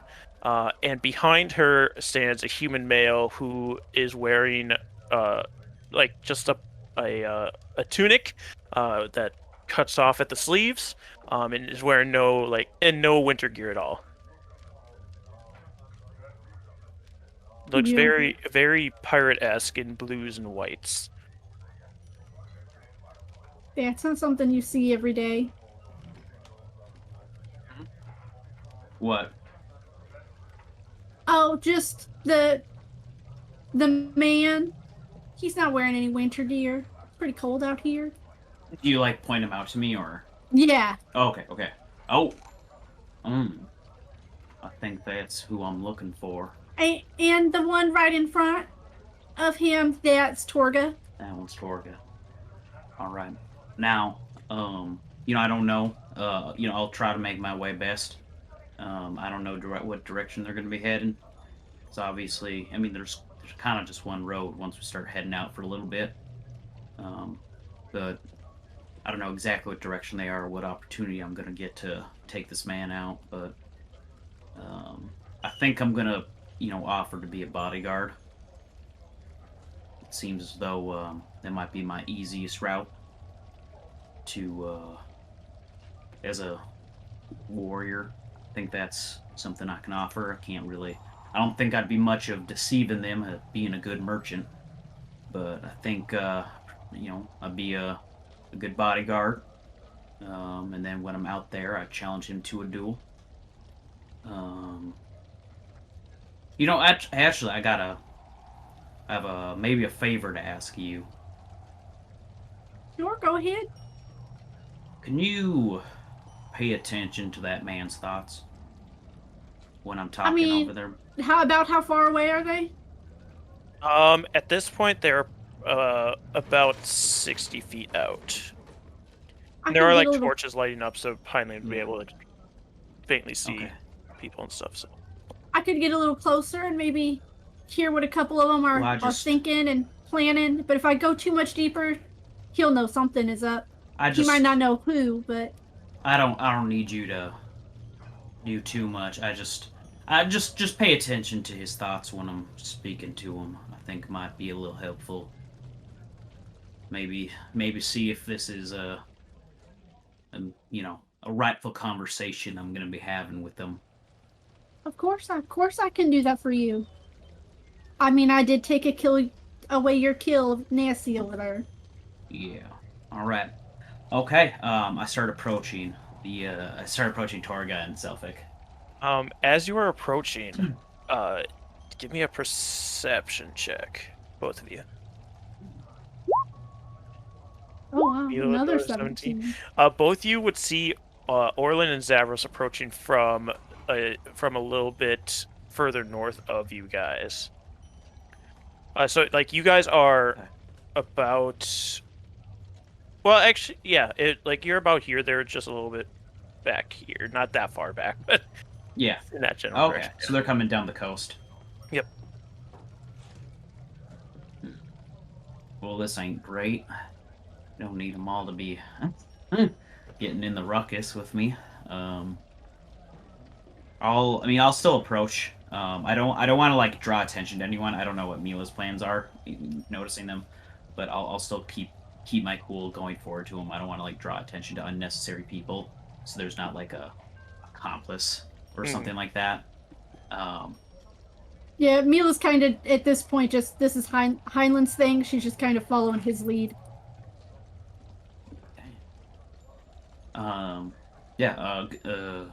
Good morning. Are you, and pardon me for interrupting any of your business. I see you're very busy. My name is Heinlein. I believe I was told I could find a Torga, Icewind around these parts. Who did you approach to ask this? Selfic. So okay, Selfic would have been Sefik would have been a little further back, so it would have been harder to get to him. You would have to go all the way around. I mean, if you want, you could go around. But well, I mean, I want to because our Sefik and Torga, like they're harder to get to. Yes. Okay. Yeah. So to reiterate the layout for it to hopefully make a little more sense. So there's like the two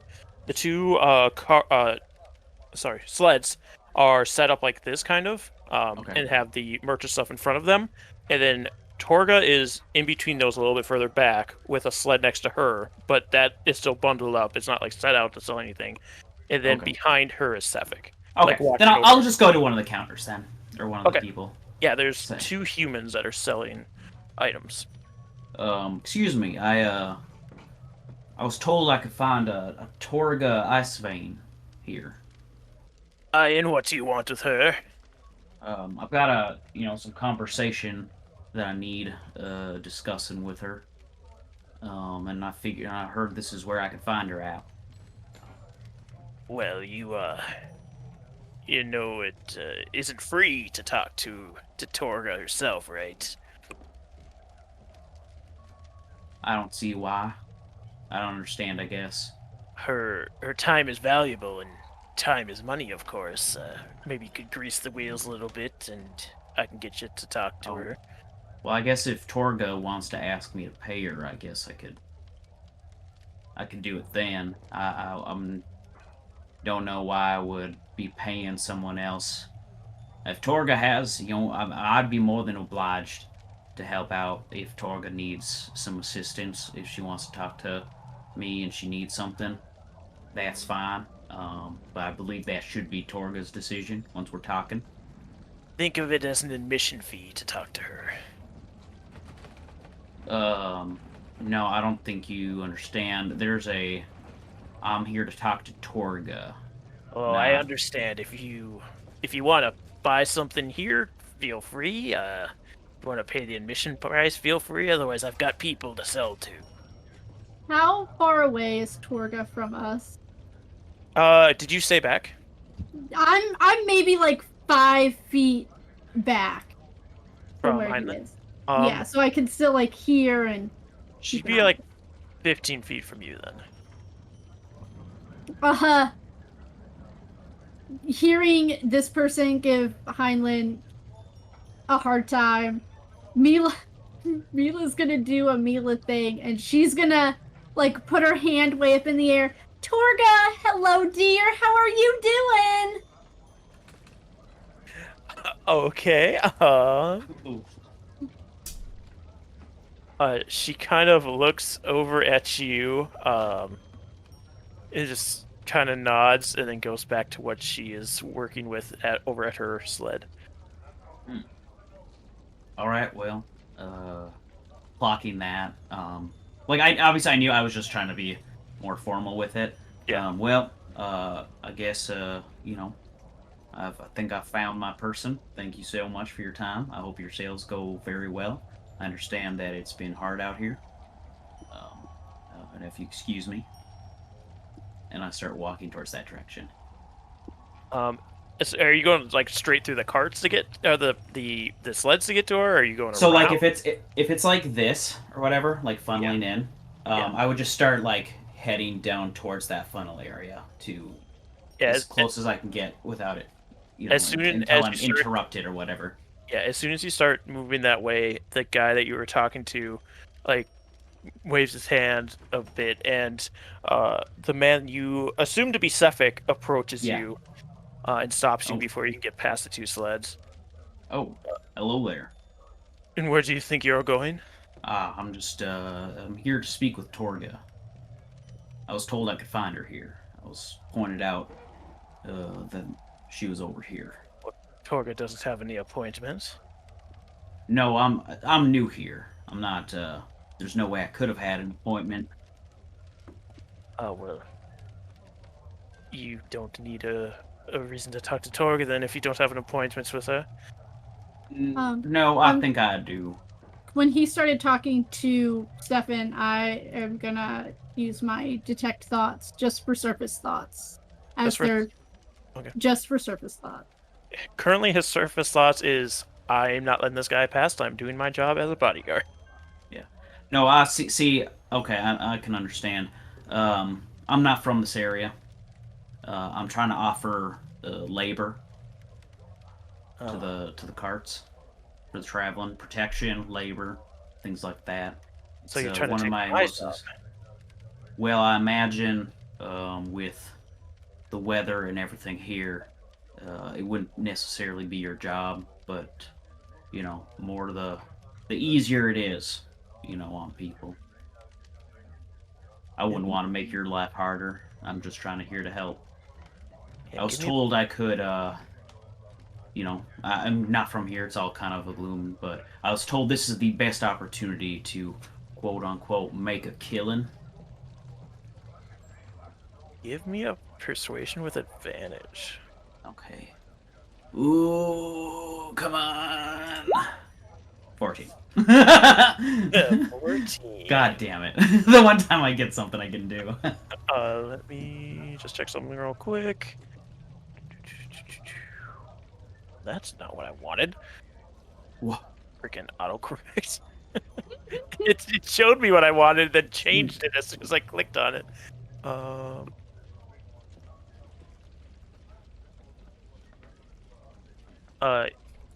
Cephic's face kind of curls into a sly smile at this. Come rest this way. And he will beckon you over to Torga. Thank you.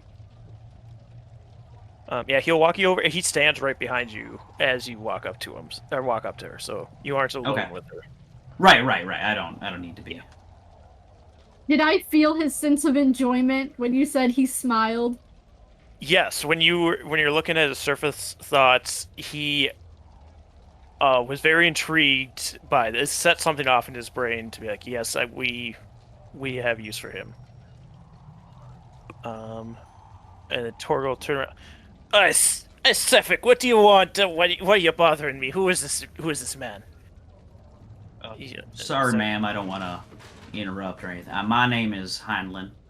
You know, it's only polite for me to introduce myself if I'm taking up your time.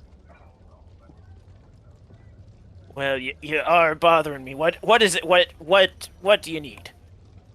Well, I'm here offering services. I'm, you know, a capable fighter and defender, and I can do labor work. I'm not from these parts, but I was recommended that this was indeed the best job in town, I guess, is to work for the Horgs. Well, you know, we don't stay in this town, right? We move. Right. I meant, like, it was more of a colloquial, like an idiom, not necessarily in town, but in the Dale. Oh, and Cephik, you think he's going to be a good fit? That's why you brought him back here? I think his services would be of use, yes. Well, Cephik can speak for you. What are you looking for starting wages? I mean, I can't be spared too much, you know. Oh no, just, you know, enough, just a little bit to get by. I don't need to take up too much. I just want to make sure that, you know, it's something I can do and be useful, and, you know, so whatever starting wage around these parts might suit best for the kind of labor I'm given. Well, Cephic's running on 2 gold a day. We could start you at 1 right now. That would be fine. That'd be perfect. Well, it's so sudden. Well, I guess, welcome. Okay, alright. To I was gonna say, if Tor. you have nothing for me, I understand you haven't really prepped for this. If you have nothing for me, I can just, come back in the morning or when you leave. If you have something for me to do now, I can always just start assisting. Well, I think we're pretty good set up here in Targos, but yeah, if you want to meet us in the morning, we're heading out towards Bryn Shander, so we can always use the help on the road. But I think that sounds great. Alright, Again, we'll see you at the sorry gate. for interrupting. I didn't mean to bother too much. I just wanted to, offer opportunity or assistance. Well, you seem to be of use, so I guess it was worth the time. But just don't make me regret it. Oh, of course not. Yeah, we'll see you. Well, I'd say bright and early, but it doesn't get bright here, so just early over at the gate. All right, I can do that. And Thank you. She will turn back to the things she's working on at the sled there. Well, looks like you've found Torga, Mila, huh? Yeah, Hadlin's over there talking to her right now. I was trying to, just make sure things were on the up and up. Splendid. Job done. All right. If we've wandered over there at this point, I'm just kind of looking around the caravan to see if anything catches my eye for like a hunter of like large beasts. Sure. You can do a perception check, and at this point as well, this would have been while Heinlein is talking to I just them. did because I knew that we were kind of far off a little bit, like we were Yeah. walking up on the dock, so I didn't know how exactly when we would have approached. Yeah, no, yeah. There, Heinlein is still talking to Tora at this point when you're doing this check. So if you want to roll perception, I don't know if you did already. I'm just not looking. No, Okay. I'm doing it right now. There we go. An 8. 18. Yeah. There's the typical hunting gear, like there's some bows and arrows, and those sorts of things. But you do also see like bear traps, are over there as well, but nothing Ooh. too crazy. How much would one of those like? Oh, this trap here that clamps down if something steps on. How much is that? Let me find it for you because I just made this up. Oh, that thing. Well, it's very not used very much. Let me see. I could part with it for 3 gold pieces. You look like a good hunter. I could give it to you for 3. All right, 3. Could you do like 2 and 5 silver? And I want to try and barter a little bit if it's possible. Persuasion. Oh, this is gonna be terrible. Yeah, so... It's still good. It's still decent to me. Yeah. You know what? Why not? I mean, return customer if anything. Yeah, 2 gold, 5 silver. Tell you what, I'll bring you a part of the pelt of whatever it is I catch with this. As a thank you.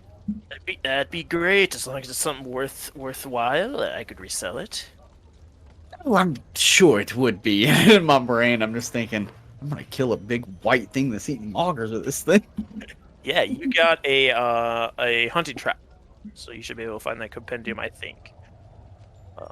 All right, thank you. Mila? That's all I'm doing. Okay, cool. Mila, did you have something to say? Yeah, so she's just kind of just like looking like she's perusing. She's not actually looking at what it is. And then when Orlin comes up, she'll quietly say to him, "I think Hanlon is trying to become a bodyguard for this lady. I know the man. I think I heard his name was Sefik. He got really excited about the thought of killing. Killing. Like, Heinlein? I think just the killing in general. I didn't really see a specific person. Right. Well, seems like he's pretty set.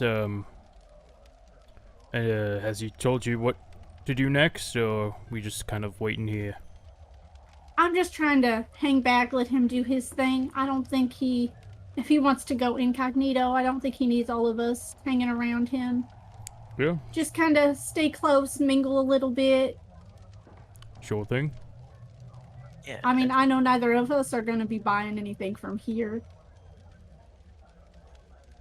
It's at this point that Sefik is starting to walk Heinlein back. I'm sorry, I didn't quite make your name. My name's Heinlein Swornsword. Sefik Galtro. Oh. If you're around later tonight, I can talk to you a little bit about the job. If you want to meet me over at the sailing ships, I think they call it here. Okay. Three sails, maybe. 3 flags sailing. That sounds right. Yes. Oh, yeah, I think that's where. Yeah, okay. I think I've heard that. Okay. All right. I think that'd sound great. All right. I'll see you then. Okay. And then I'll walk back to Mila, who I see is with Orlan at this point. Yeah. Oh dear, were you able to find that job you were looking for? Yeah, I asked him to lend me an ear, and I'm certain that in due time, everything will come to accordance. I start tomorrow morning here at the gates, but they're heading over to Bryn Shander though. Oh. Is Bryn Shander a human town? Human sacrifice town? I don't. It is. It is. Okay. It is. Yep. And it's the next town to the east. Yep, that's the biggest city in the Dale. Make sure not to stay there too long. 6 days time. I'm aware of specifically aware of certain towns that have a human sacrifice. I'm hoping that all this can come to fruition before that. Well, sorry, how long was the trip up north? To Bryn Shander? No, up north to Lonelywood or Tourmaline. Tourmaline. We said that was. What is... You said another 4, right? It's 4 hours to Tourmaline. Another 4. About a half day. Yeah. Yeah. So to Tourmaline it'd be 4 hours. And then up to Lonelywood, which is where you guys are hunting something. Is Say the name. Say the name. The heck. 2 hours up to Lonelywood. So it's like a total of 6 hours one way travel time. Well, I want to say something real quick. I know the plan is to head up to Tourmaline. I spoke to Zavros the other day or yesterday. I mentioned after I was done with my business, I'd be absolutely willing to come help. Hunt some beasts. I think that sounds like a mighty good, opportunity. I don't really want to. I'm not here to work for, and I assume we're walking away at this point. So not just, yeah. I'm like, I see him moving, and I'll start running up with this fucking back. I'm behind him. Like, oh. So like I know I mentioned I'd still prefer come around and help fight some beasts. I think that would be an experience I'd be in for. But the problem for me is I've got the soonest I can leave this town and try to get on with my attempts is tomorrow morning.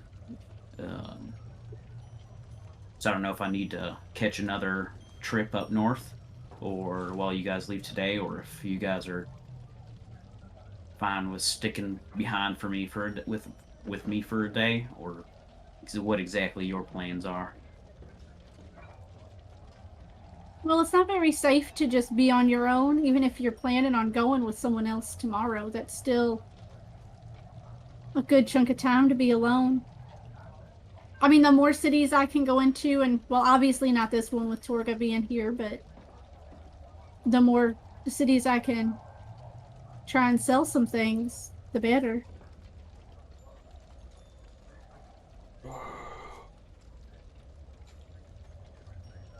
Your plans. Mila said something about maybe your plans not being as cut and dry as you originally led on. I expect my plan to go pretty cut and dry. I expect maybe I don't know how dry the cutting's going to be, but I think it'll work. I think it'll go pretty fast. I just don't want a new. You know, if I'm lucky, I might be able to just finish business tonight. Right. Yeah. No, I didn't want a newcomer to be caught out alone in the wilds. So I'm willing to go.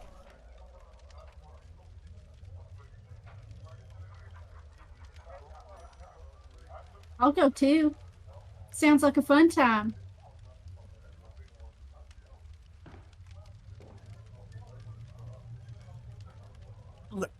Hey everyone, I found this new trap. It's They called it a bear trap. Yeah. Was I interrupting something? Oh, not quite. I think we just finished deciding on. So I'm meeting this guy later tonight at Three Flags Sailing. I think that's the bar that you guys went to earlier. Yep. Yeah. So I'm meeting this guy there. If plans come to fruition, I could just finish the job tonight. If not, slightly in the day. Who is this man to Torga? He's a bodyguard. Sounds almost like instead of meeting him there, you should be meeting her where she is while she's unguarded.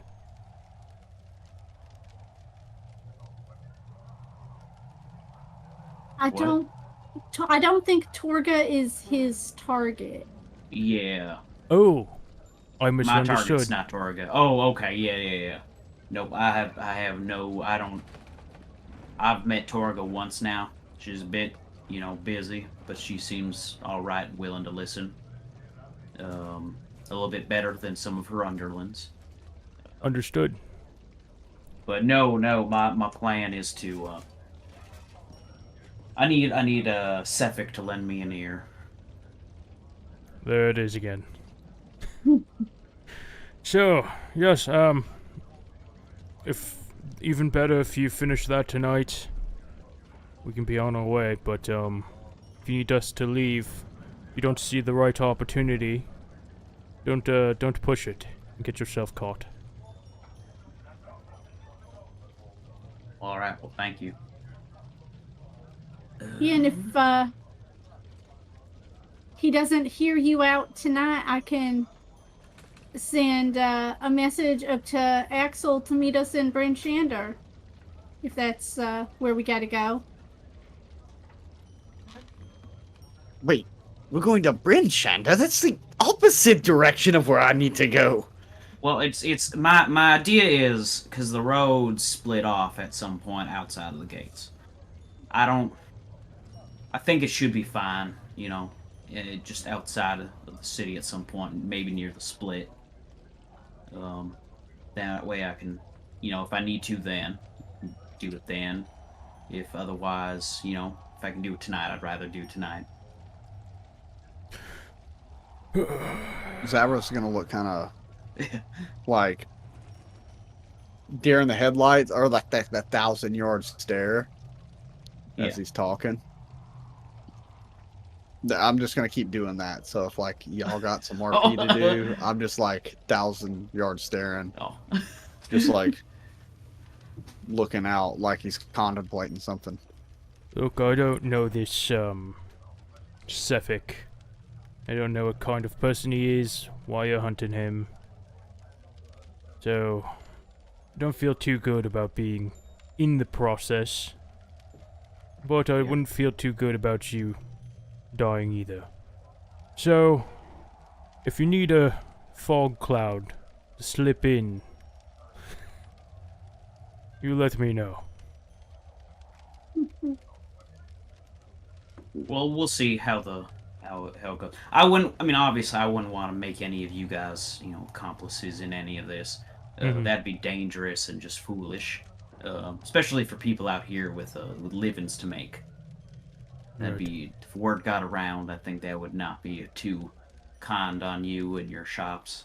And your purpose up here in Icewind Dale is simply to hunt down this Cephik. No. Not exactly. But it is my current goal. It's a bit of a long story. Maybe someday I'll you'll get to find out.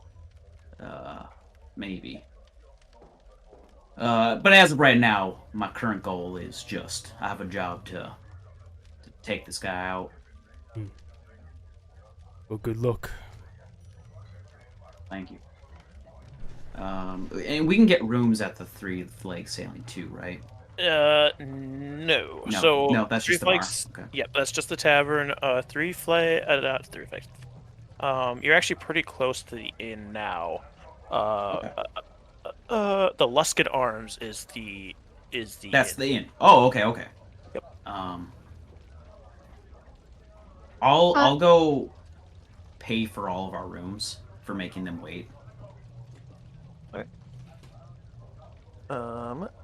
I would have turned off my lantern when we got to the merchant area with Torga's area. Had it went off throughout the town? It did not, no. Okay. The Luskin Arms, so per room, it's going to be a gold piece. Okay, so that's 4 of us. Okay. Yeah, when you enter the Luskin Arms, there is an older man in there, balding, looks very depressed, and he'll take your. And he says, "All right, rooms will be upstairs. Just don't be too loud. One of your rooms is near the town speaker's room, so just try not to bother him." The town speaker stays in the inn. He doesn't have their own place. Yeah, he has a suite up there. Just how it's always worked here in Targos. Interesting. Yeah. I suppose it lets him keep a closer eye on the coast and the doings of the town. Yeah, I suppose he's very invested in the goings on and the merchant sales and the fishing and that kind of stuff. So I suppose he just stays close. I wouldn't mind taking the room closest to the speaker. Go ahead. Like I said, just don't cause too much problems. Yeah. Go ahead. Oh no, that's something you were going to say. Oh, I was just going to say, is there anything you guys want to do up until Heinlein is going to meet with Cephik? Is this when he's meeting with Cephik? Is this like near the end of the day, or is this like midday? What time of day are we looking at right now as we go inside this inn? So as you go in the inn, it's about midday, so it'll be afternoon. Midday. Okay. But he said he would meet him in the evening, so you got a couple of hours in between. I'd probably be going around. Like, does this inn have like a restaurant on the inside of it, or is it like just straight up? Here's an inn. Okay. Yep. No, I don't think I'd be doing anything. I will say, if you are looking around the inn at all, it's not as well built as the other. Well, you've only been in 2 buildings, but even though it's not as well built as, it seems to be an older building. Floorboards creak as you walk across it. The support beams are rotting. You'll see rats run into the corners. And there's a very large draft that comes through the building as well. So yeah, it's not it looks very old. It looks beautiful in an old rustic way, but it's seen better days. Yeah. Does anybody else have anything they want to do up until that point? No, I don't think so. Is there so as I see these rats moving back and forth, is there a way for me to craft a rat trap to kind of hide it somewhere, but nothing lethal? I don't want it to be a lethal mouse trap. Do a survival check. An 18. An 18. Yeah, you're able to dig through your bag and put together something that'd be able to capture one, without killing it. You know what? While he's setting that up, I want to over his shoulder. Zavrosh. Yes, Orlin. You claim to be a hunter and you've never heard of a bear trap before. I am a monster hunter. There's a difference. Right. Troy cheese. I'll walk away.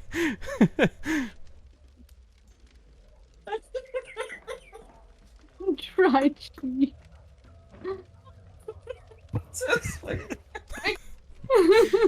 Reach into my belly button and dig out some belly button cheese.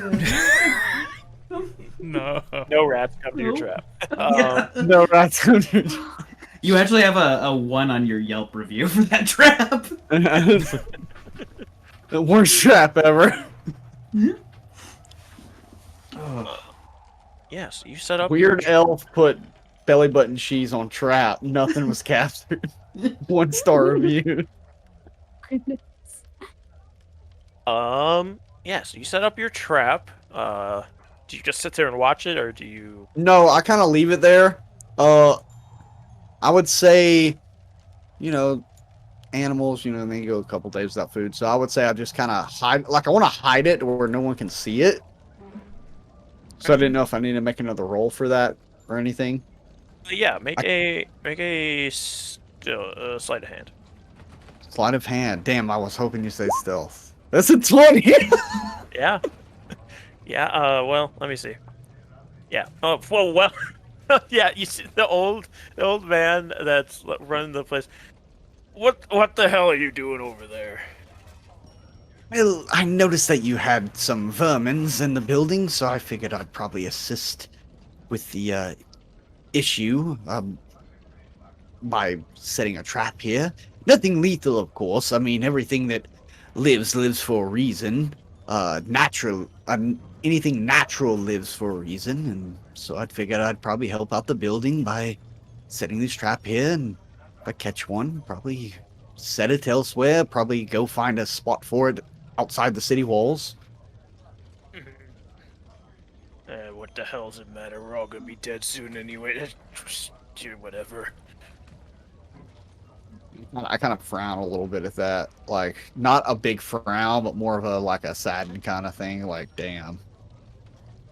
It's really that bad here. Yeah. It really is. Okay, so nobody else said anything else planned. Let's slip into our tavern scene. What are you the other three of you doing when Heinlein goes to the tavern? Do you go with him and just stay out of the way? Do you do something else? Plan, gang. I'll sit at a booth at the bar or whatever. Is he inside? I don't know. I'll kind of keep distance from him and just be doing something, but be there just in case worst case scenario happens. All right. Yeah. Orlin is at the tavern. Anybody else? I would actually, before going out, approach Heinlein. How would you like to deal with us? Do you want us to be just close by? Do you want anybody with you? What do you want? Personally, Mila, I think you specifically, it'd be nice to have you there. Because, well, okay, I need to let you in on something real quick, and I feel bad not speaking something about it. So, theoretically, so I was hired to, take down this man, Sefik. And I mentioned a deadline of the new moon, and that's because I suppose it's likely, it's been said that he has been murdering people on the new moons, in the towns that sacrifice humans. So, it's not great. As a person, he deserves some kind of justice dealt to him. And obviously, and I frown upon it myself. I think it's an invasion of privacy. But, everybody has their secrets. But his, I think, you could easily confirm his thoughts. You just want to on make these sure things. you got the right man? No, a job's a job. I'm gonna, see it through to the end. I have my reasons for it. But, in case it doesn't go well, then you guys, or then you, at least someone out there knows, there's someone who needs justice done. I can keep that in mind for you. But As long as otherwise, we can I stop don't a killer want to, from killing more, right? I don't want to, put people in danger, that are in conflict when they don't need to. Zavros, I don't think he's much of one for killing people. I think he likes to stick it to the monsters. Orlin, I don't think he's really big into. I think it's a similar situation. Partially you don't get parts from people. I don't think there's much of a use for him for murder. Things like that. So I'm willing to do that work. I've killed enough in my time, so I think that's really about it. Well, this may not sound the best, but, death comes for us all eventually. Oh, I'm counting on it. And then I then I walk off start heading. Yeah, Yeah, what have you guys done with your axe beaks, by the way, and your dog? He mounts his axe beak in the building Yeah. Studio, let's go. And I imagine there's a stable. on the roof again. Yeah, Either a everybody stable or probably tied it off to a building. Yeah, if everybody Over wants, in. whoever put theirs at a stable, 5 silver. If you tied it to a building, Okay. let me know. No, it might not be there. Would All right. they let me keep DOG with me? If you want to. Yeah, I would probably keep GOG with me, and if the inn had like a garage to put my sled in, I'd probably just house my sled and just keep GOG with me. Yeah, On a leash. you can keep it at the stable for 5 silver as well. Okay. Get there and keep it safe. Yeah, I'll keep my sled there, but I'm gonna keep GOG with me. And Zavros, are you going with Orlin to the? Oh wait, sorry. I'm sorry. I cut you off. Yeah, Repeat. no. I was just gonna ask you: are you going with Orlin to the tavern, or are you just gonna watch your rat trap the rest of the night? No, I wasn't gonna watch it. The reason I set it up the way I did is so I could come back, knowing that it would still be alive. I could come back later, find the rat. So no, I would go with the group, Orlin, particularly. Yeah. Mila, did you go ahead with Orlin, or are you like going on your own, or just on I would be not far behind Heinlein after he leaves for the tavern. Cool. Yeah, we'll say Orlin, and Zavros already there. If you want more chowder, it'll be this. What did I say it was 4 copper. It was four copper apiece. Yep, 4 copper for that. And if you want drinks, we can get those prices as well. Some drinks. Some drinks. They do have the good mead, honey mead, which would end up being is a silver piece per honey mead. But if you just want normal ale, it's 8 copper. Yeah, I would walk up if me and him were there. I would have thrown 2 silver piece down, and like whispered to the elderly woman for that honey mead. You know, just to bring it to us and like just hand it to Orlin. Like, oh, I hear this is the best thing you can get here, and just like give it to him. Short supply. Yes, you do that. Heinlein, you walk in and give me a perception. Ooh. A 17. You do see Cephik is sitting over in a corner at a table. His chair is leaned back and his boots are up on the table and crossed. If we clock each other, I'll nod and I'll start heading over. Yeah, you can head over, and Mila, you follow in shortly behind, not like right behind him, obviously, but shortly behind. Like a minute or two. Is your plan when you get in there? I'm gonna get a table, not quite. There are all these empty tables, and you pick that one, but close enough where I can see Heinlein, but Cephik can't see me, in case he kind of like gives me a signal to pry. Yeah. There's it's busier in here than it was earlier in the day, so it's not like crazy that you would be in a table that close. It'd just be one that's open because a lot of the fishers have come in, so they're going to be in there eating now. But yeah, you can get one to the side of him where Cephik can't directly look at you the whole time if he's looking over Heinlein's shoulder. Yeah, and then I'll order a chowder and a cheap mead. All right.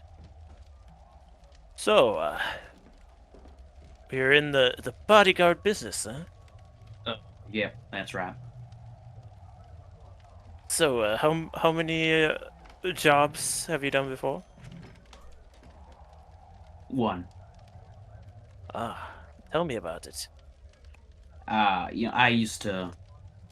I worked for a noble's family back where I come from. I was one of his retainers. But that a lot of all of that fell apart. I come from a kind of a cutthroat place, a bit of a frontier, and some things just don't always go. But I've protected for a long time until now. So. And did you how's you say it? Make a killing there too? I've made a killing.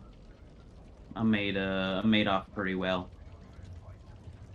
Very good. Yes, you're fitting right with Torg then.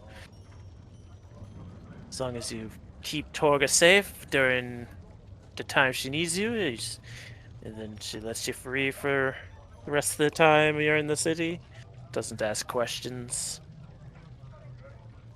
It's a good way to get around. Yeah, I assume it's traveling here seems pretty brutal if you're not with people, and it's hard, ever since I've left my home. It's the idea of sitting in one spot for too long kind of starts to give me an itch. Like I need to keep going. I need to keep moving. Settling down is a bit of a struggle right now, so I think this is the kind of life I need. What about you? When you start working for Torga? It's been about a year at this point. I used to live down in Luskin myself. I made my way up here a few years ago, and just needed a job and to Torga was looking for one, so it worked out. I don't know too much about Luskin myself. I know I traveled through it on my way up here. Yeah, lots of sailing down there. I used to work on a ship myself, but you can't live that life forever. So I made my way up here, and on when the ships came up through the Sea of Moving Ice, and I just ended up staying here. Oh, so you're pretty fresh to this place too, then. So this is all, and I'm like point out a window towards the nightness. This is all pretty standard from your perspective as well, right? Yes, I was only here for about a year before this started. Oh. So I got the taste of it when it was what it used to be, but Yeah, it's weird. I can't. Yeah, my eyesight's just I haven't adapted quite yet to all this snow and what. So I gotta ask, what do you just drink on your off time? What kind of hobbies is a man like you got? to go about the town, see the sights, take care of some business if I need to. But you know about that. Yes, I understand. I've got a question. There's some people in town who I think have been following me. And I'm wondering, I don't know. I want to ask you about something, but if you could lend me your ear, I don't feel comfortable talking about it in too public of an area, if that makes sense. Oh yeah, I get what you're saying. Because obviously, as a bodyguard for someone, you understand it's probably more advantageous. The more you know about your coworkers, the better.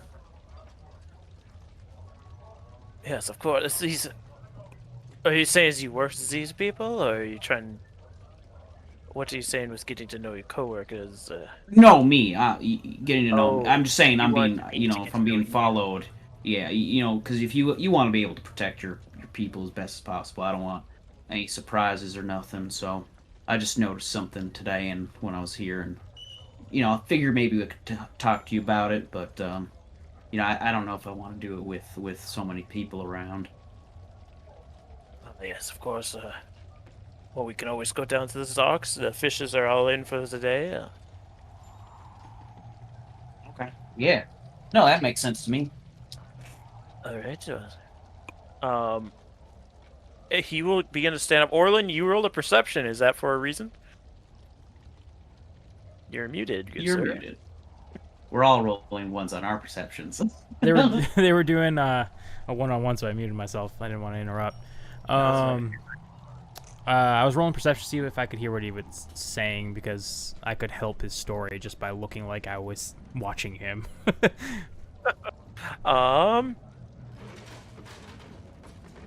Yeah.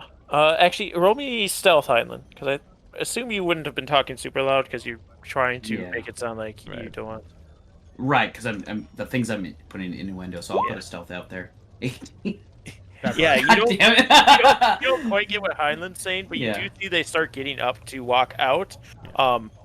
Not to break this current progression, but you do, as you're trying to listen, you do hear, actually those dwarves from earlier that were looking over at Zavros.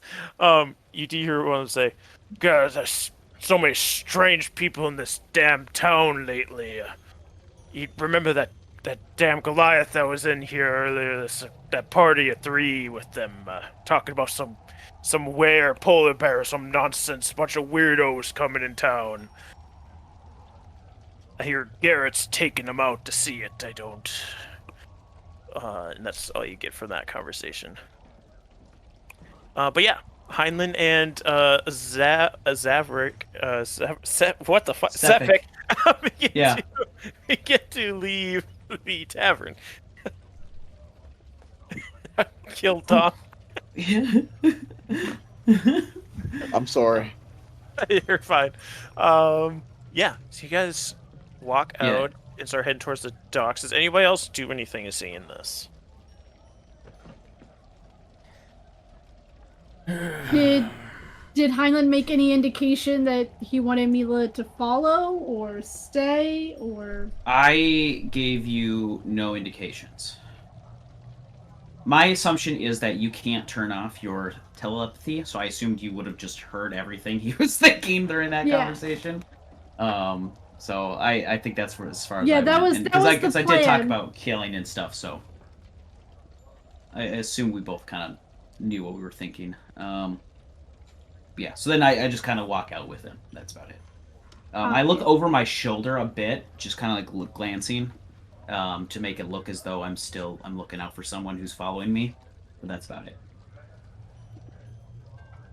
I go to the dwarf table.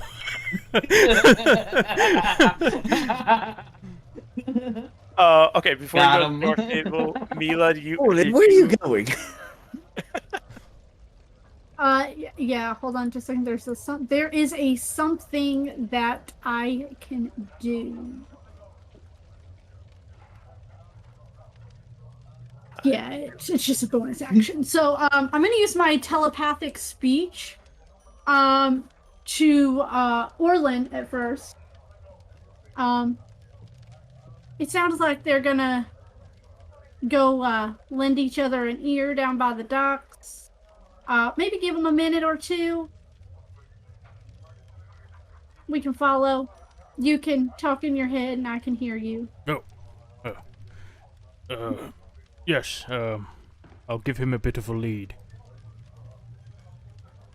And then I'll send the same message to Zavros. Looks like we're gonna go collect some ears down by the docks. In my head, I'm just gonna be like, who the hell is speaking inside of my head? You really don't want to know. Maybe that is for the best. Collecting ears, well... I'm gonna just kind of look over at... Like, I'm glancing over at Orlin. I don't know if he can see me, because he's walking towards the dwarves. And I'm just gonna, like... I'm gonna say it out loud without thinking. I can be like... Because that was my thought, was... Who the hell is speaking in my head was my thought. And so I'll let him be like, stand by! I think I'm supposed to say that out loud. Mila will, like, walk up to him and tap him on the shoulder. Oh, you. Are you the one speaking? Oh my god. I didn't know you could actually speak to me. It's only for a short period of time. I can only do it for about 2 minutes. I have to be able to see you. It's easier sometimes. I always thought that maybe you could just read my mind, which is why you were able to sell me all that bullshit 2 years ago. I mean, I can do. That is the right. What is bullshit? The things that are useful, or is that things that are not useful? What is bullshit? Yes. That's what I'm asking you. Oh. Do I know what bullshit is? I thought maybe you knew what it was. It's all new to me here. Yes. Are there bulls up here? Yeah, you know the phrase bullshit. Alright, Orlin, you want to go talk walk over the dwarves? I bring my honey mead to the table, plop it down. Couldn't help but over here. Heard there might be a polar bear problem. I don't know if it's much of a problem. Just some hearsay from a crazy Goliath. Yes, and this Goliath, you have hair? Not that I could see, no. Okay. Here, help yourself. I haven't touched this. It's the good stuff. And then... do you just... Go ahead. Oh, and then I'm just like... I'm just gonna ask him more. Sorry to pry. Who's this Garrett, and when is he guiding people to see this web polar bear? Garrett is a local guide, you'd say. Takes people up Calvin's Cairn quite often, up by Cairn up in the north. Wonderful. They're already there. It was a while ago. I assume they're there at this point. A few days ago, they set out from here. Did they go to hunt it, or was it just a viewing? I don't quite know. The Goliath seemed pretty happy about it, so... Just talked a lot about finding it and seeing it, so I don't know the purpose. Well, thanks again, and enjoy the mead. He, puts his nose that actually has a chunk missing out of it over it and sniffs it. Thank you. And then I'll start toward the door with the gang. Alright, outside we have Heinlein and Sefik walking. The howl of the wind. The howl of the wind. Yeah, darkness and the snow. Yeah, it's dark. There are torches still lit. It's lightly snowing at this point, but Clint Eastwood standing on the ridge. Yeah, it is definitely cold, and it doesn't see you almost have to pull your face mask up. It's biting at your skin so fiercely, but it doesn't seem to be affecting Sefik at all, as he just walks with you down towards the docks. You know, I gotta say, it's. Are you not cold? Without some furs or nothing? No, it's actually getting quite hot in there. Oh, that's right. It's wild with all these the temperatures out here. So I just didn't know if you were looking for something a bit more warm to wear while we're out here or not. But it's a strange. It's a phenomenon that the people around here talk about. I was born on what they call the midwinter. Apparently the Frostmaiden blesses you when you're born on this day. Strange, really. I don't know why. Yeah, that's strange indeed. You know, I got a question for you. What kind of do you get most of your any kind of hobby work from Torga, or do you just kind of go out and find stuff? It really depends. Once in a while she has something she wants me to gather. Other times I look for my own things to do. That's fair. As we keep approaching, I assume he knows the way better than I do. I don't know if he's in front of me, or he'd have me be in front of him, or what the walking situation would be, if we'd be side by side, or he'd probably be side by side with you. Side by side. Eye on you. Oh, yeah. So how long do y'all usually stay in each town? This depends on how good the sales are going. Usually 1-2 days at the most. Then we move on.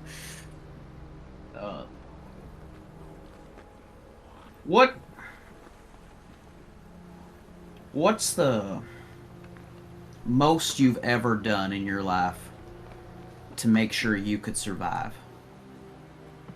It's the most I've ever done in my... give me a persuasion check. That would be my mouse would work. A 6. Gold 6, huh? Well, hasn't been too hard up here. Fair. Obviously, you got to do what you can when you're working on ships, defending yourself. Can't say I haven't killed a man or two, but who hasn't? Yeah. Right. Yeah, I don't know if you've heard of it. It's kind of far out west, from the Vast. It's a bit of a frontier town, frontier lands. It's a a lot of stuff out there. It's, kill or be killed. A lot of people trying to gain power, trying to rise above their own kin, trying to betray each other. Personally, I don't think I'd ever betray a person, simply to gain. I think that's something you die for, right? Something, if you're someone's retainer, you die for them. No, I've done some things though to stay alive, and that I'm not necessarily proud of. Would you ever betray your masters?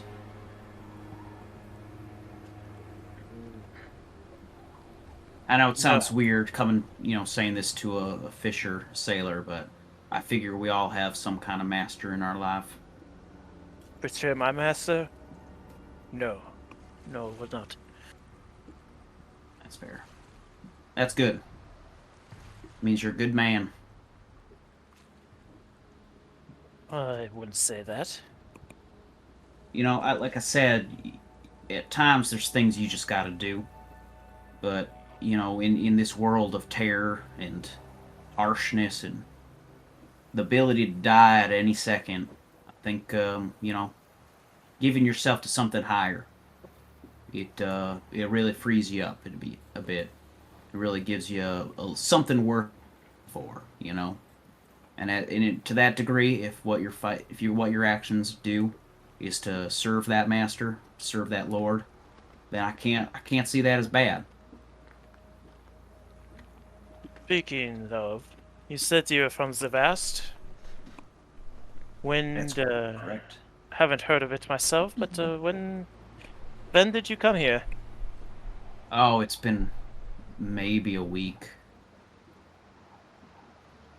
Oh, so it's recently. I'm very recent. Spent some time in Bryn Shander. Then came here to Targos. So the blizzards or the high winds on the seas didn't keep you away? Didn't take it as a warning? I wasn't really sure that this was there was a plan that I had to seek out and fulfill, related to my past life. But once you're here, and honestly, I think when something gives you kind of a challenge, that's the best way to go out. High risk, high reward. She put those there for a reason. Those blizzards. Who? They're there for a reason. Oh. She doesn't want more people coming in. Oh. That's strange. Why not? She wants to keep to herself. Doesn't want outsiders coming in. Now, who are we talking about exactly? Ariel, of course. Ariel. So, again, I am pretty recent. I don't know fully everything that's, kind of going around. I don't necessarily attribute certain actions as good or bad or nothing. I just, everyone has their things they're looking to do. Well, the way I see it, you weren't aware, didn't take the warnings. Either you can leave Icewind Dale, attempt to at least, or I can make you leave now. I pull my shield off. It's interesting. I think knowing that you're doing this for someone, I think in a different life we could have been really good friends. And I probably still regard you as one, Suffolk. But can't say that I also wasn't hired to do something here today. And I draw my sword. Yes. As you do this, Suffolk puts his hand up, and in his hand, ice begins to crystallize and forms a large blade. Says, and I have my duties as well. I don't need friends. And this is where we'll roll initiative. I know we're going a little late, guys, but I wanna. Sorry. do this stuff. No. Make it go till midnight. Yeah, 5 in the morning. Do you want the pursuers to roll as well? Yes, I would like pursuers to roll as well, please. Did not go through. Well, I'm getting drunk at the tavern, so no. I don't. So I rolled initiative. It didn't go through that I see. So I'm That's gonna roll gonna it be again. So if 2 comes up. I think. You know. Oh, I see. Never mind. Sorry.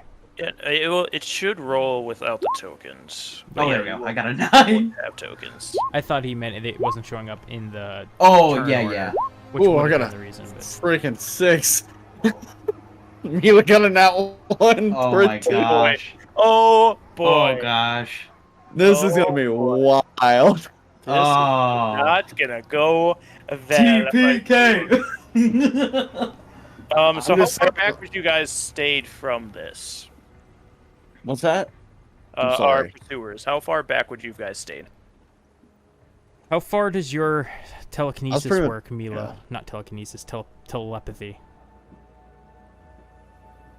Oh, did we lose her? I think we lost No, her. she's just muted. She's muted. Oh, No, I was here, but my internet kind of just cut out. Yeah. I need to be at least 30 feet away for the telekinesis to about work. 30 feet away. You are not 30 feet away. And I'm 30 foot behind whatever Orlin decides to be behind.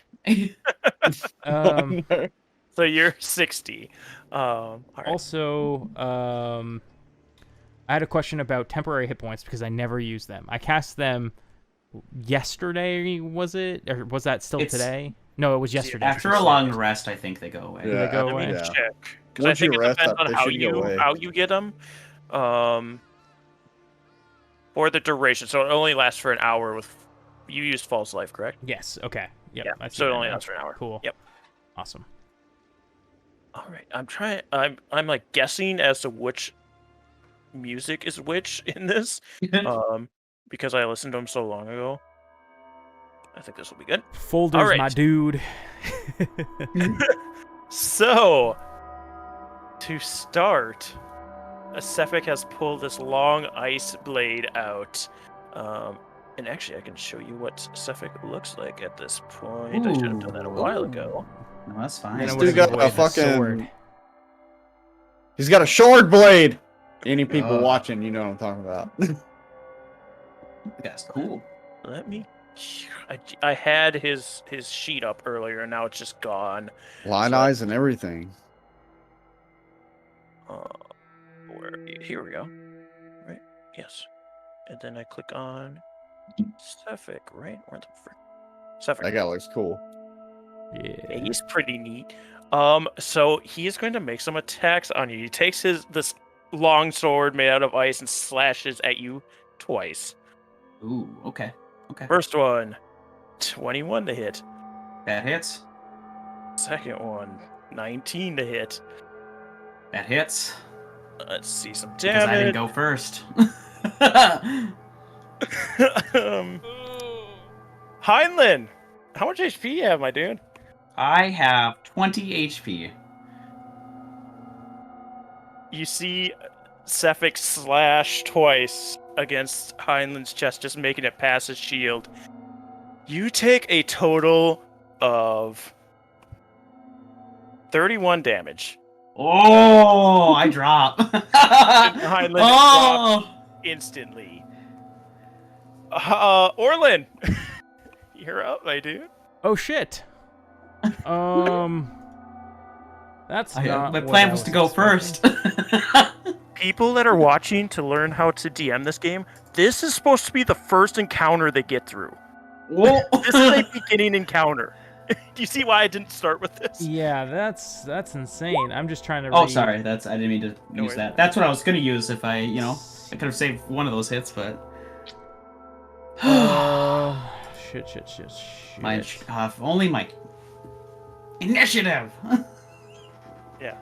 All right. This is tough. I am going to. He still doesn't know that we're here. I'm gonna cast False Life. Actually, that's not even gonna even help. That's not even gonna help with the amount of damage that dude just did. So what I'm gonna do is cast Magic Missile at him. Right. You cast Magic Missile at him. 442. 442. Yeah. So, Cephix slashes twice. Heinlein just crumples in front of you, and you cast out your hand and cast these 3 missiles that pound into his back, and he turns, and these ice blue eyes stare right in your direction. There's been a murder. I yell. I see I have some more guests to deal with. Next, Heinlein death saving throw. Whisper for his soul. How do I do that? Yeah. So you just cast W/space, then type sharp. Right. You know, I think I have. You might be able to do it in your character. I think so it's /W, and then I think you just type DM. Yeah, that whispered it to you, correct? Yeah. Here. So you can just type /W. So I'm gonna do a test one real quick. DM. Oops. Was that whispered? That was whispered. Okay. Yeah, we'll keep that one. So for this campaign, how we're doing death saving throws is the players will whisper them to me, so the player and I know. So this takes a little bit of a poker face from the player, so they aren't giving away their rolls. And this makes it a little more stress for the other players, so they don't know if their companion is dying or not. So we will start with that. Next is Zavras. You are 60 feet back, if I remember correctly. Yeah, this is some bullshit, dude. Immediately gets knocked down in one hit. I'm sorry, Icewind. Well, yeah, technically 2, but 1 multi-attack action is from what I can gather from that. Yep. So I saw Orlin just like start shooting magic missiles at this dude, and I'm like, oh, I'm not used to this. Bonus action, I'm going to cast Hunter's Mark on that glowy-eyed son of a bitch that's in front of me. So I guess I'll just go ahead and slap that on there. This is the first time I played a ranger, so we're gonna figure this out together, everybody. Should have got with Grizz before I did this. Yeah, just let me know what And you I'm need. just gonna launch a arrow at him from my longbow. All right. Can I do that? Yeah. Okay. Yep. Hunter's Mark is a bonus action, so your action would be shooting. Do something good. So that's a 20 That will hit him. for 7 and the Hunter's Mark damage. Oh, yes. Which was a 6. So that's a total of 13. So yeah, he turns and his icy blue glare is on Orlin. You put an arrow right in his shoulder. Just, so more than one. This should be fun.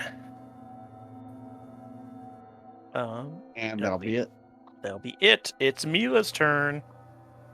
Yeah, I'm gonna move back towards Zavros, and I'm gonna conjure a firebolt in my hand and launch it at him. So Orlin, I'm like either just in front of or just behind. Firebolt. Ooh, it's a natural 20 to hit. So a 25. Roll again. We'll see if you double crit. True. So we have special rules for that as well. We don't see it yet, but yes, you do. So the damage is the 2 and the 10, right? Yeah.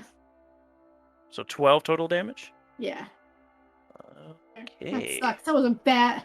Crits are always worse. Oh yeah, you use D&D Beyond for your rolls, don't you? Yeah.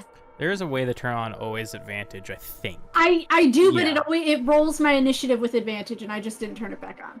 Okay. Yeah, that was the problem she was having with Doit. Right.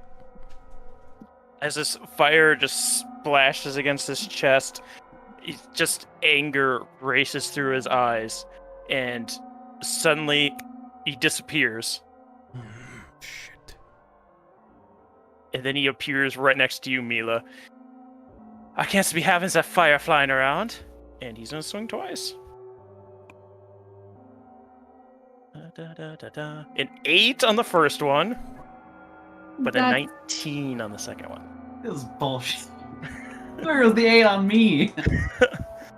Hold on. 19 and 21. Yeah, that 19's gonna hit. I can't do anything about it. Okay. My shield isn't gonna do anything. Trying to figure this out here. Okay, yeah. So it's do you have any resistances? Nope. No. Cool. 15 damage. She's down. Mila drops right next to Orlin as Cephik appears right next to you. And he seems to have his eyes on you next. Fun times. Orlin, it's your turn, dude. All right. I'm going to cast. Ooh, how do I do this? I open this pouch on my belt, and this like fog starts to pour out of it. And I cast Fog Cloud around me. And then I am going to probably should have just disengaged, but that's okay. And I'm gonna run 30 feet toward Zavros. All right, he does get to make an attack by opportunity, but it's at disadvantage because of the Wait, fog. he was on me. I'm standing next to Zavros, who is 30 feet behind Orlin. Wait, were you? Yeah. Sorry. Wait. I thought you were next to Orlin. So he would have also had to. I mean, he still had movement, so he was able to run towards Orlin and then Misty Step. So yeah, he's not next to you.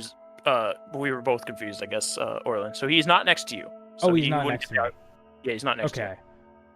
He's next to Zavros.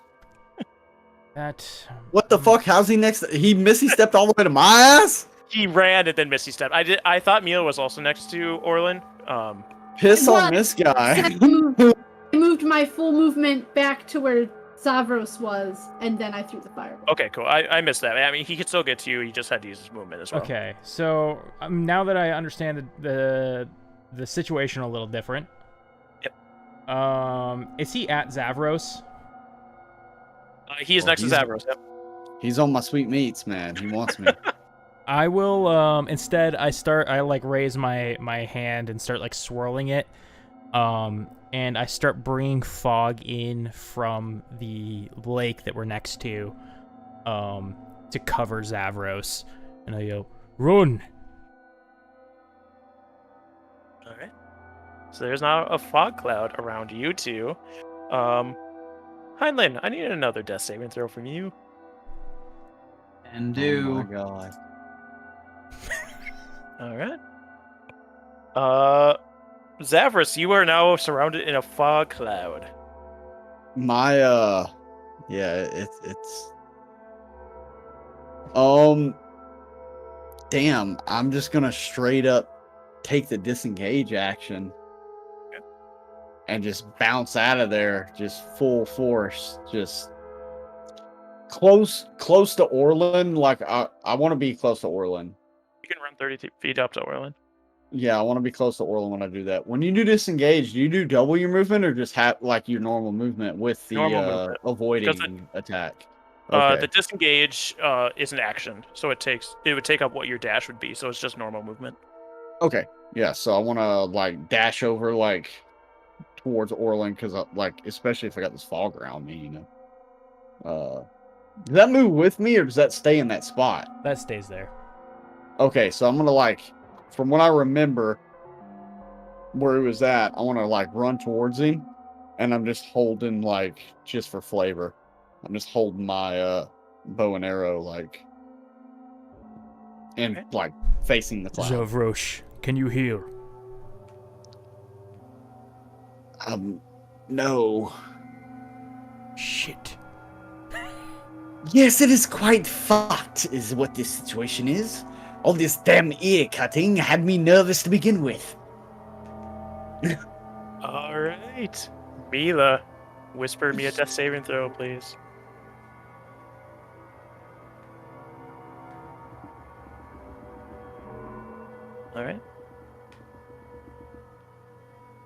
On Sephic's turn, he is still in the fog cloud. You do not see him. Whether he's planning something or moving around you or you don't know. Orlin. Oh, okay. We have to get out of here. And I start heading toward an alleyway and kind of like hit Zavros on the back to come. I will go 60 feet toward an alleyway. I go, if I go over to Heinlein and start dragging his body or something, he's just gonna teleport. It would reduce me your and kill movement me. if you did that. So I gotta get to an alleyway. You're not gonna... Okay, cool. Yep. You duck into an alleyway. I hope he passes his saves. Orlin, death saving throw for me. Orlin.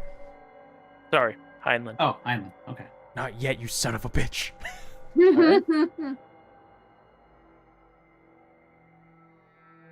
Zavros. Orlin just ran for an alleyway. Your two traveling companions are bleeding out on the ground. And there's a fog cloud with a murderer in it. I hate this rule. Because he's done 3 death saves and I have no idea what the fuck how it leans. I'm like looking, so I look down at these 2 that are in front of me. And I'm just kind of shell shocked for a second. And I'm just going to look up and just real quick, I'm just going to fire a fucking arrow toward the last known location that I know where this guy was. Just kind of aim and just fire an arrow real quick. Fire at disadvantage. Just give me like double nat 20s, man. I would love for that. Dude, that would be a miracle right now. Come on, baby. Come on, baby. Love me, love me, love me. Damn. I got a fucking 11. You hear the arrow. Oh. Wait. Hunter's mark. Don't you know his location? Because he's marked. It doesn't matter because it would still just be a 12, but... I don't know that Hunter's mark does. I don't think it does that. I think it just adds cast it damage. Earlier. Let's see. I think up to like an hour or something, you like know the location of the creature you mark. I think that might be true, actually. Hold on. Until spell ends, you deal an extra 1d6, and you have advantage on perception or survival check you make to find it. Yeah, okay. So you have to make a check. Yeah, I have to make a check to find out where he is. And that would have could only be been a either 12, my bonus. so. Yeah, so. Yep. After that, I'm booking it towards where Orlin went. All right. You can only get 30 feet because you took Yeah. the time to shoot. But yeah, you do that. Mila, I need another one. All right. On Sapphics' turn, Zavros, can you give me a perception check as you're running away, please? 15. As you're turning to run away, you see Sapphics stepping through the fog cloud towards you, his ice blue eyes staring at you, and then in a cloud or in a wisp of winter air, he disappears once again. But you don't know where he went. No, wait. I get advantage on that. You do. So you saw him come out of the cloud. Is what this perception Did I see was. where like he disappeared to? Did he do another misty step somewhere? He did or another he just misty vanish? step. He did another misty step, so you aren't sure. You'd have to do another one on your turn to find him at this point. Okay. It's like, I heard you read that description out loud. I know. I got I'm just you, messing with you. Orlin, you are in an alleyway right now. I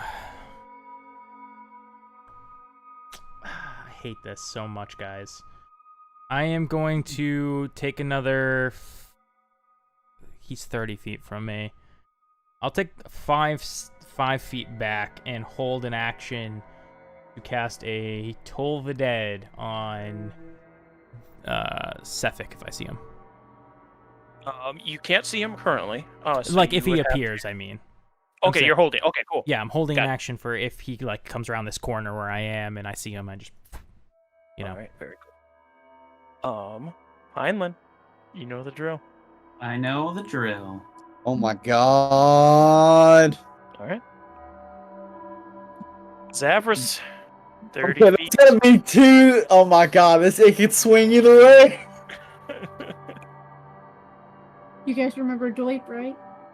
I want to do a mat. Oh shit, that might be an action or a bonus. I don't know what to do in this situation. You can ask, and I can help you with whatever. Okay, so what would happen if I wanted to scan deep? Because I've got, let's see, I've moved 30 foot away from the cloud. He was 30 foot in. Damn, my dark vision would be fucking gone if he moved more than 30 foot out of that.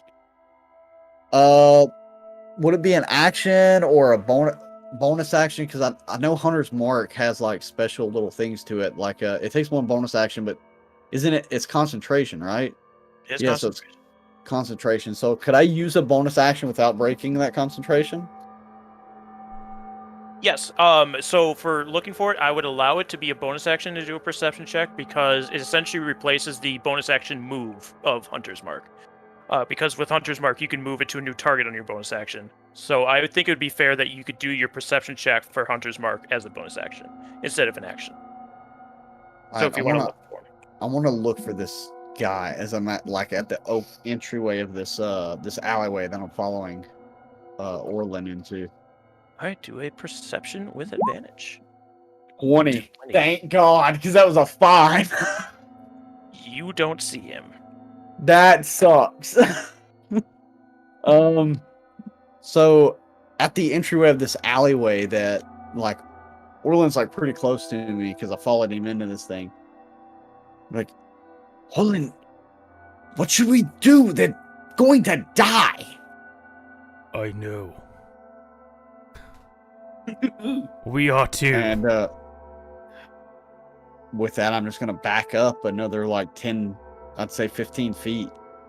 Now, with this alleyway we're going in, can we see like out, or is it like around a corner kind of thing? Like what's going on right now? Visualize this for me if you can.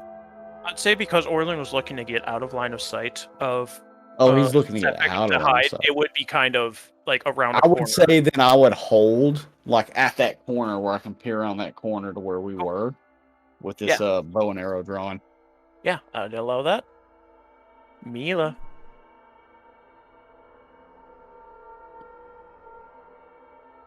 All right.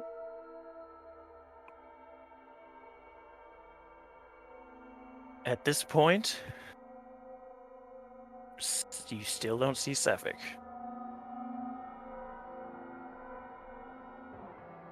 Orlin and Zavros, what are you gonna do?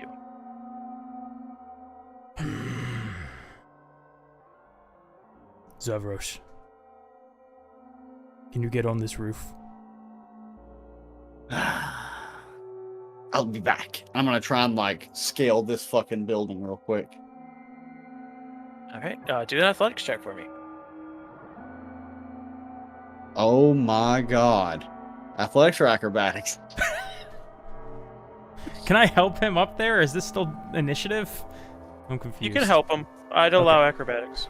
I put my hands You'd down allow for- acrobatics? Yeah, I allow acrobatics, especially with Orlin's help. So, yep, acrobatics. Yeah, I'm gonna give him like hell a, yeah, that's a a toss. 20. That's a 20 in that one. You're able to climb your way up. The roofs are peaked because when you have snow, Yeah. it's gonna Yeah. needs to fall down the sides. But you're able to like clamber your way up there. Do you have an eye line on Mila and Heinlein? Do I have an eye line on Mila and Highland up on Yeah, this you can roof? see them. Because I You was can on see a corner, so I climbed up and I've got like Overwatch on them. Yes, I can see them. Just barely over the roof.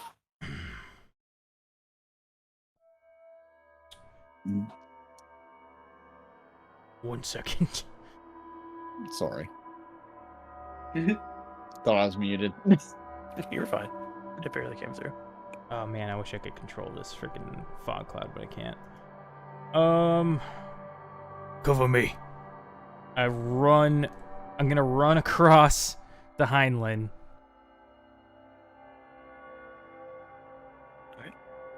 Alright. I don't know how far away he is. You had to move 60 to get here, and he was about 30 ahead of you, so you have to move 90, but at this point, we're not in initiative. Okay. I will do that way. I'll run over to him and see if he's stable and potentially try to stabilize him with a medicine check if I can. I don't know if that's a thing. Do a medicine check. Fuck yeah. 22. The wound is still bleeding, but he seems to have a stable heartbeat. Okay. Good. He's a fighter. Slap his face a little bit. And then you make new death saving throws, or no more death saving throws for because he just a gentle slap. Like when I slapped the orc and fucking bent over and killed the fucking orc. Yeah. And then I just look up toward Mila, and I'm gonna do the same. Mila should be in the fog cloud actually, so I probably can't see her. Yeah, you wouldn't be able to see Mila. Oh, That's shit. correct. Do you see anything up there, Zavros? Wait, did the fog cloud cover Mila? Because I was 30 foot away. Mila was up next From to you. them. We had found out she had moved back to you, so it would be covering. Oh, her. she had moved back. Yeah. Okay, yeah. If she moved back, then yeah, then. No, it's just a fog cloud. Is anybody get rid of that thing? All right. Should I? It's good cover. It's good cover when I go in there to try and stabilize. No. I'll run over there, and then feel around for Mila. Yeah, Such a bad idea. Disadvantage. Such a bad idea. 11. Yeah, it takes a little 22. bit, but you're able to find her because you kind of knew the general location she was before you cast it, so you are able to find her. And then I'm gonna attempt to stabilize her. All right, medicine check. 5. 5. She looks a lot like what Heinlein looks like. You aren't quite sure if you're able to get her. You aren't quite sure of her state. I'll leave the fog cloud up for its duration then, and hope that in time it'll be good. Actually, Let's get another death saving throw from Mila, please. Whisper it to me. All right. Orlin, let's hope you make this one. If you do another. yeah. And I'm keeping scanning on the environment around also. Don't give up yet. Come on. 6. Yeah, you aren't like able. It's weird because it might be that she's a tiefling, just different biology to it. Mm-hmm. You're not able to find a pulse on her or what you need to do to keep her going.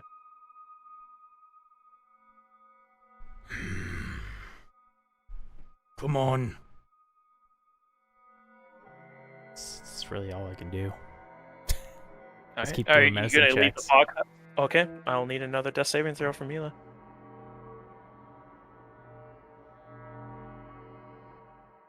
All right, Orlin. Real quick, so he vanished in front of me, right? You went into a fog. Yeah, Zephic disappeared in front of you. Yep. So, as I'm up on this roof and I'm scanning, I've got 60 foot of dark vision all around me. Yep. Do I see any footprints within the area that I'm looking out, outside of that fog? Do I see any like footprints on the ground that seem to just kind of stand out, like they suddenly appeared there, kind of thing? Like it's either the end of footprints or it looks like it's the beginning, and it's kind of weird that they would be there. Like, because like if someone disappeared here and they traveled X amount of footage over to this location, suddenly footprints would be there. So I'm just trying to like really scan the area. Do a survival check for me, please, without advantage. because 9. not specific- yeah, you aren't able to see. Like the streets are pretty windswept. Yeah. So they might have just been erased by this point too. By the time you thought of looking for them. Of course, this is the time that our characters decided to start rolling like shit. Yeah, it happens, man. It happens. If I still can, I'll do another one. Yeah, let's get another medicine check. We're getting down to it. There we go. 20. Yeah, you're like feeling around for her pulse or any kind of beat. You put your hand like right up here once again, and just a very faint heartbeat. And it seems to be beating stabilized. All right. But they won't do well out in this cold for long. Yeah, I'm gonna start dragging Mila out back toward Zavros, and I'll drop the fog cloud once I'm out of it. And if the dude's nowhere in sight, I'm going to ask Zavros to do the same with Heinlein. Okay, so I'm gonna look at him. I don't see anyone out there, so I'm gonna like jump off the building. Like I've got my bow in my hand, and I pull out like my short sword, and I kind of jump off the side of the building and kind of use my blade to kind of scrape down the side to add that extra friction as I slide down the building. Acrobatics. And then just hell yeah. Watch me roll bad. Nat 20. Yeah, you can do whatever kind of flourish you want down the side of the Just like jump down and then just like bound over towards Heinlein and like grab him up and just kind of start dragging him back with my short sword out in my hand, like looking around as I'm dragging him towards the building. You, as Orlin and Zavros start dragging their fallen companions through the snow, blood trailing behind them as they pull them, I assume, towards the inn, where you would want to try and bandage them up. The camera pans out until we can no longer see them, only snow flying through the air. And that's where we'll end our session. We got our fucking asses handed to us. Oh my gosh, that was tense. I loved it. Where was our Goliath? There's still a murderer in Icewind Dale. Like all but I was. At least our players did not die today. Yeah. It was run or TPK, I feel like. Yeah, I love it. I love that. It was very good stuff. Yeah, like I said before, that's a beginning quest for this game. Oh my god. Wizards doesn't know how to balance their encounters. Oh, wait, you mean to tell me the plesiosaur was not in the start? No, that was one of the ones after that. Oh damn, that was a good thing. We didn't even fight that. I talked her out of it.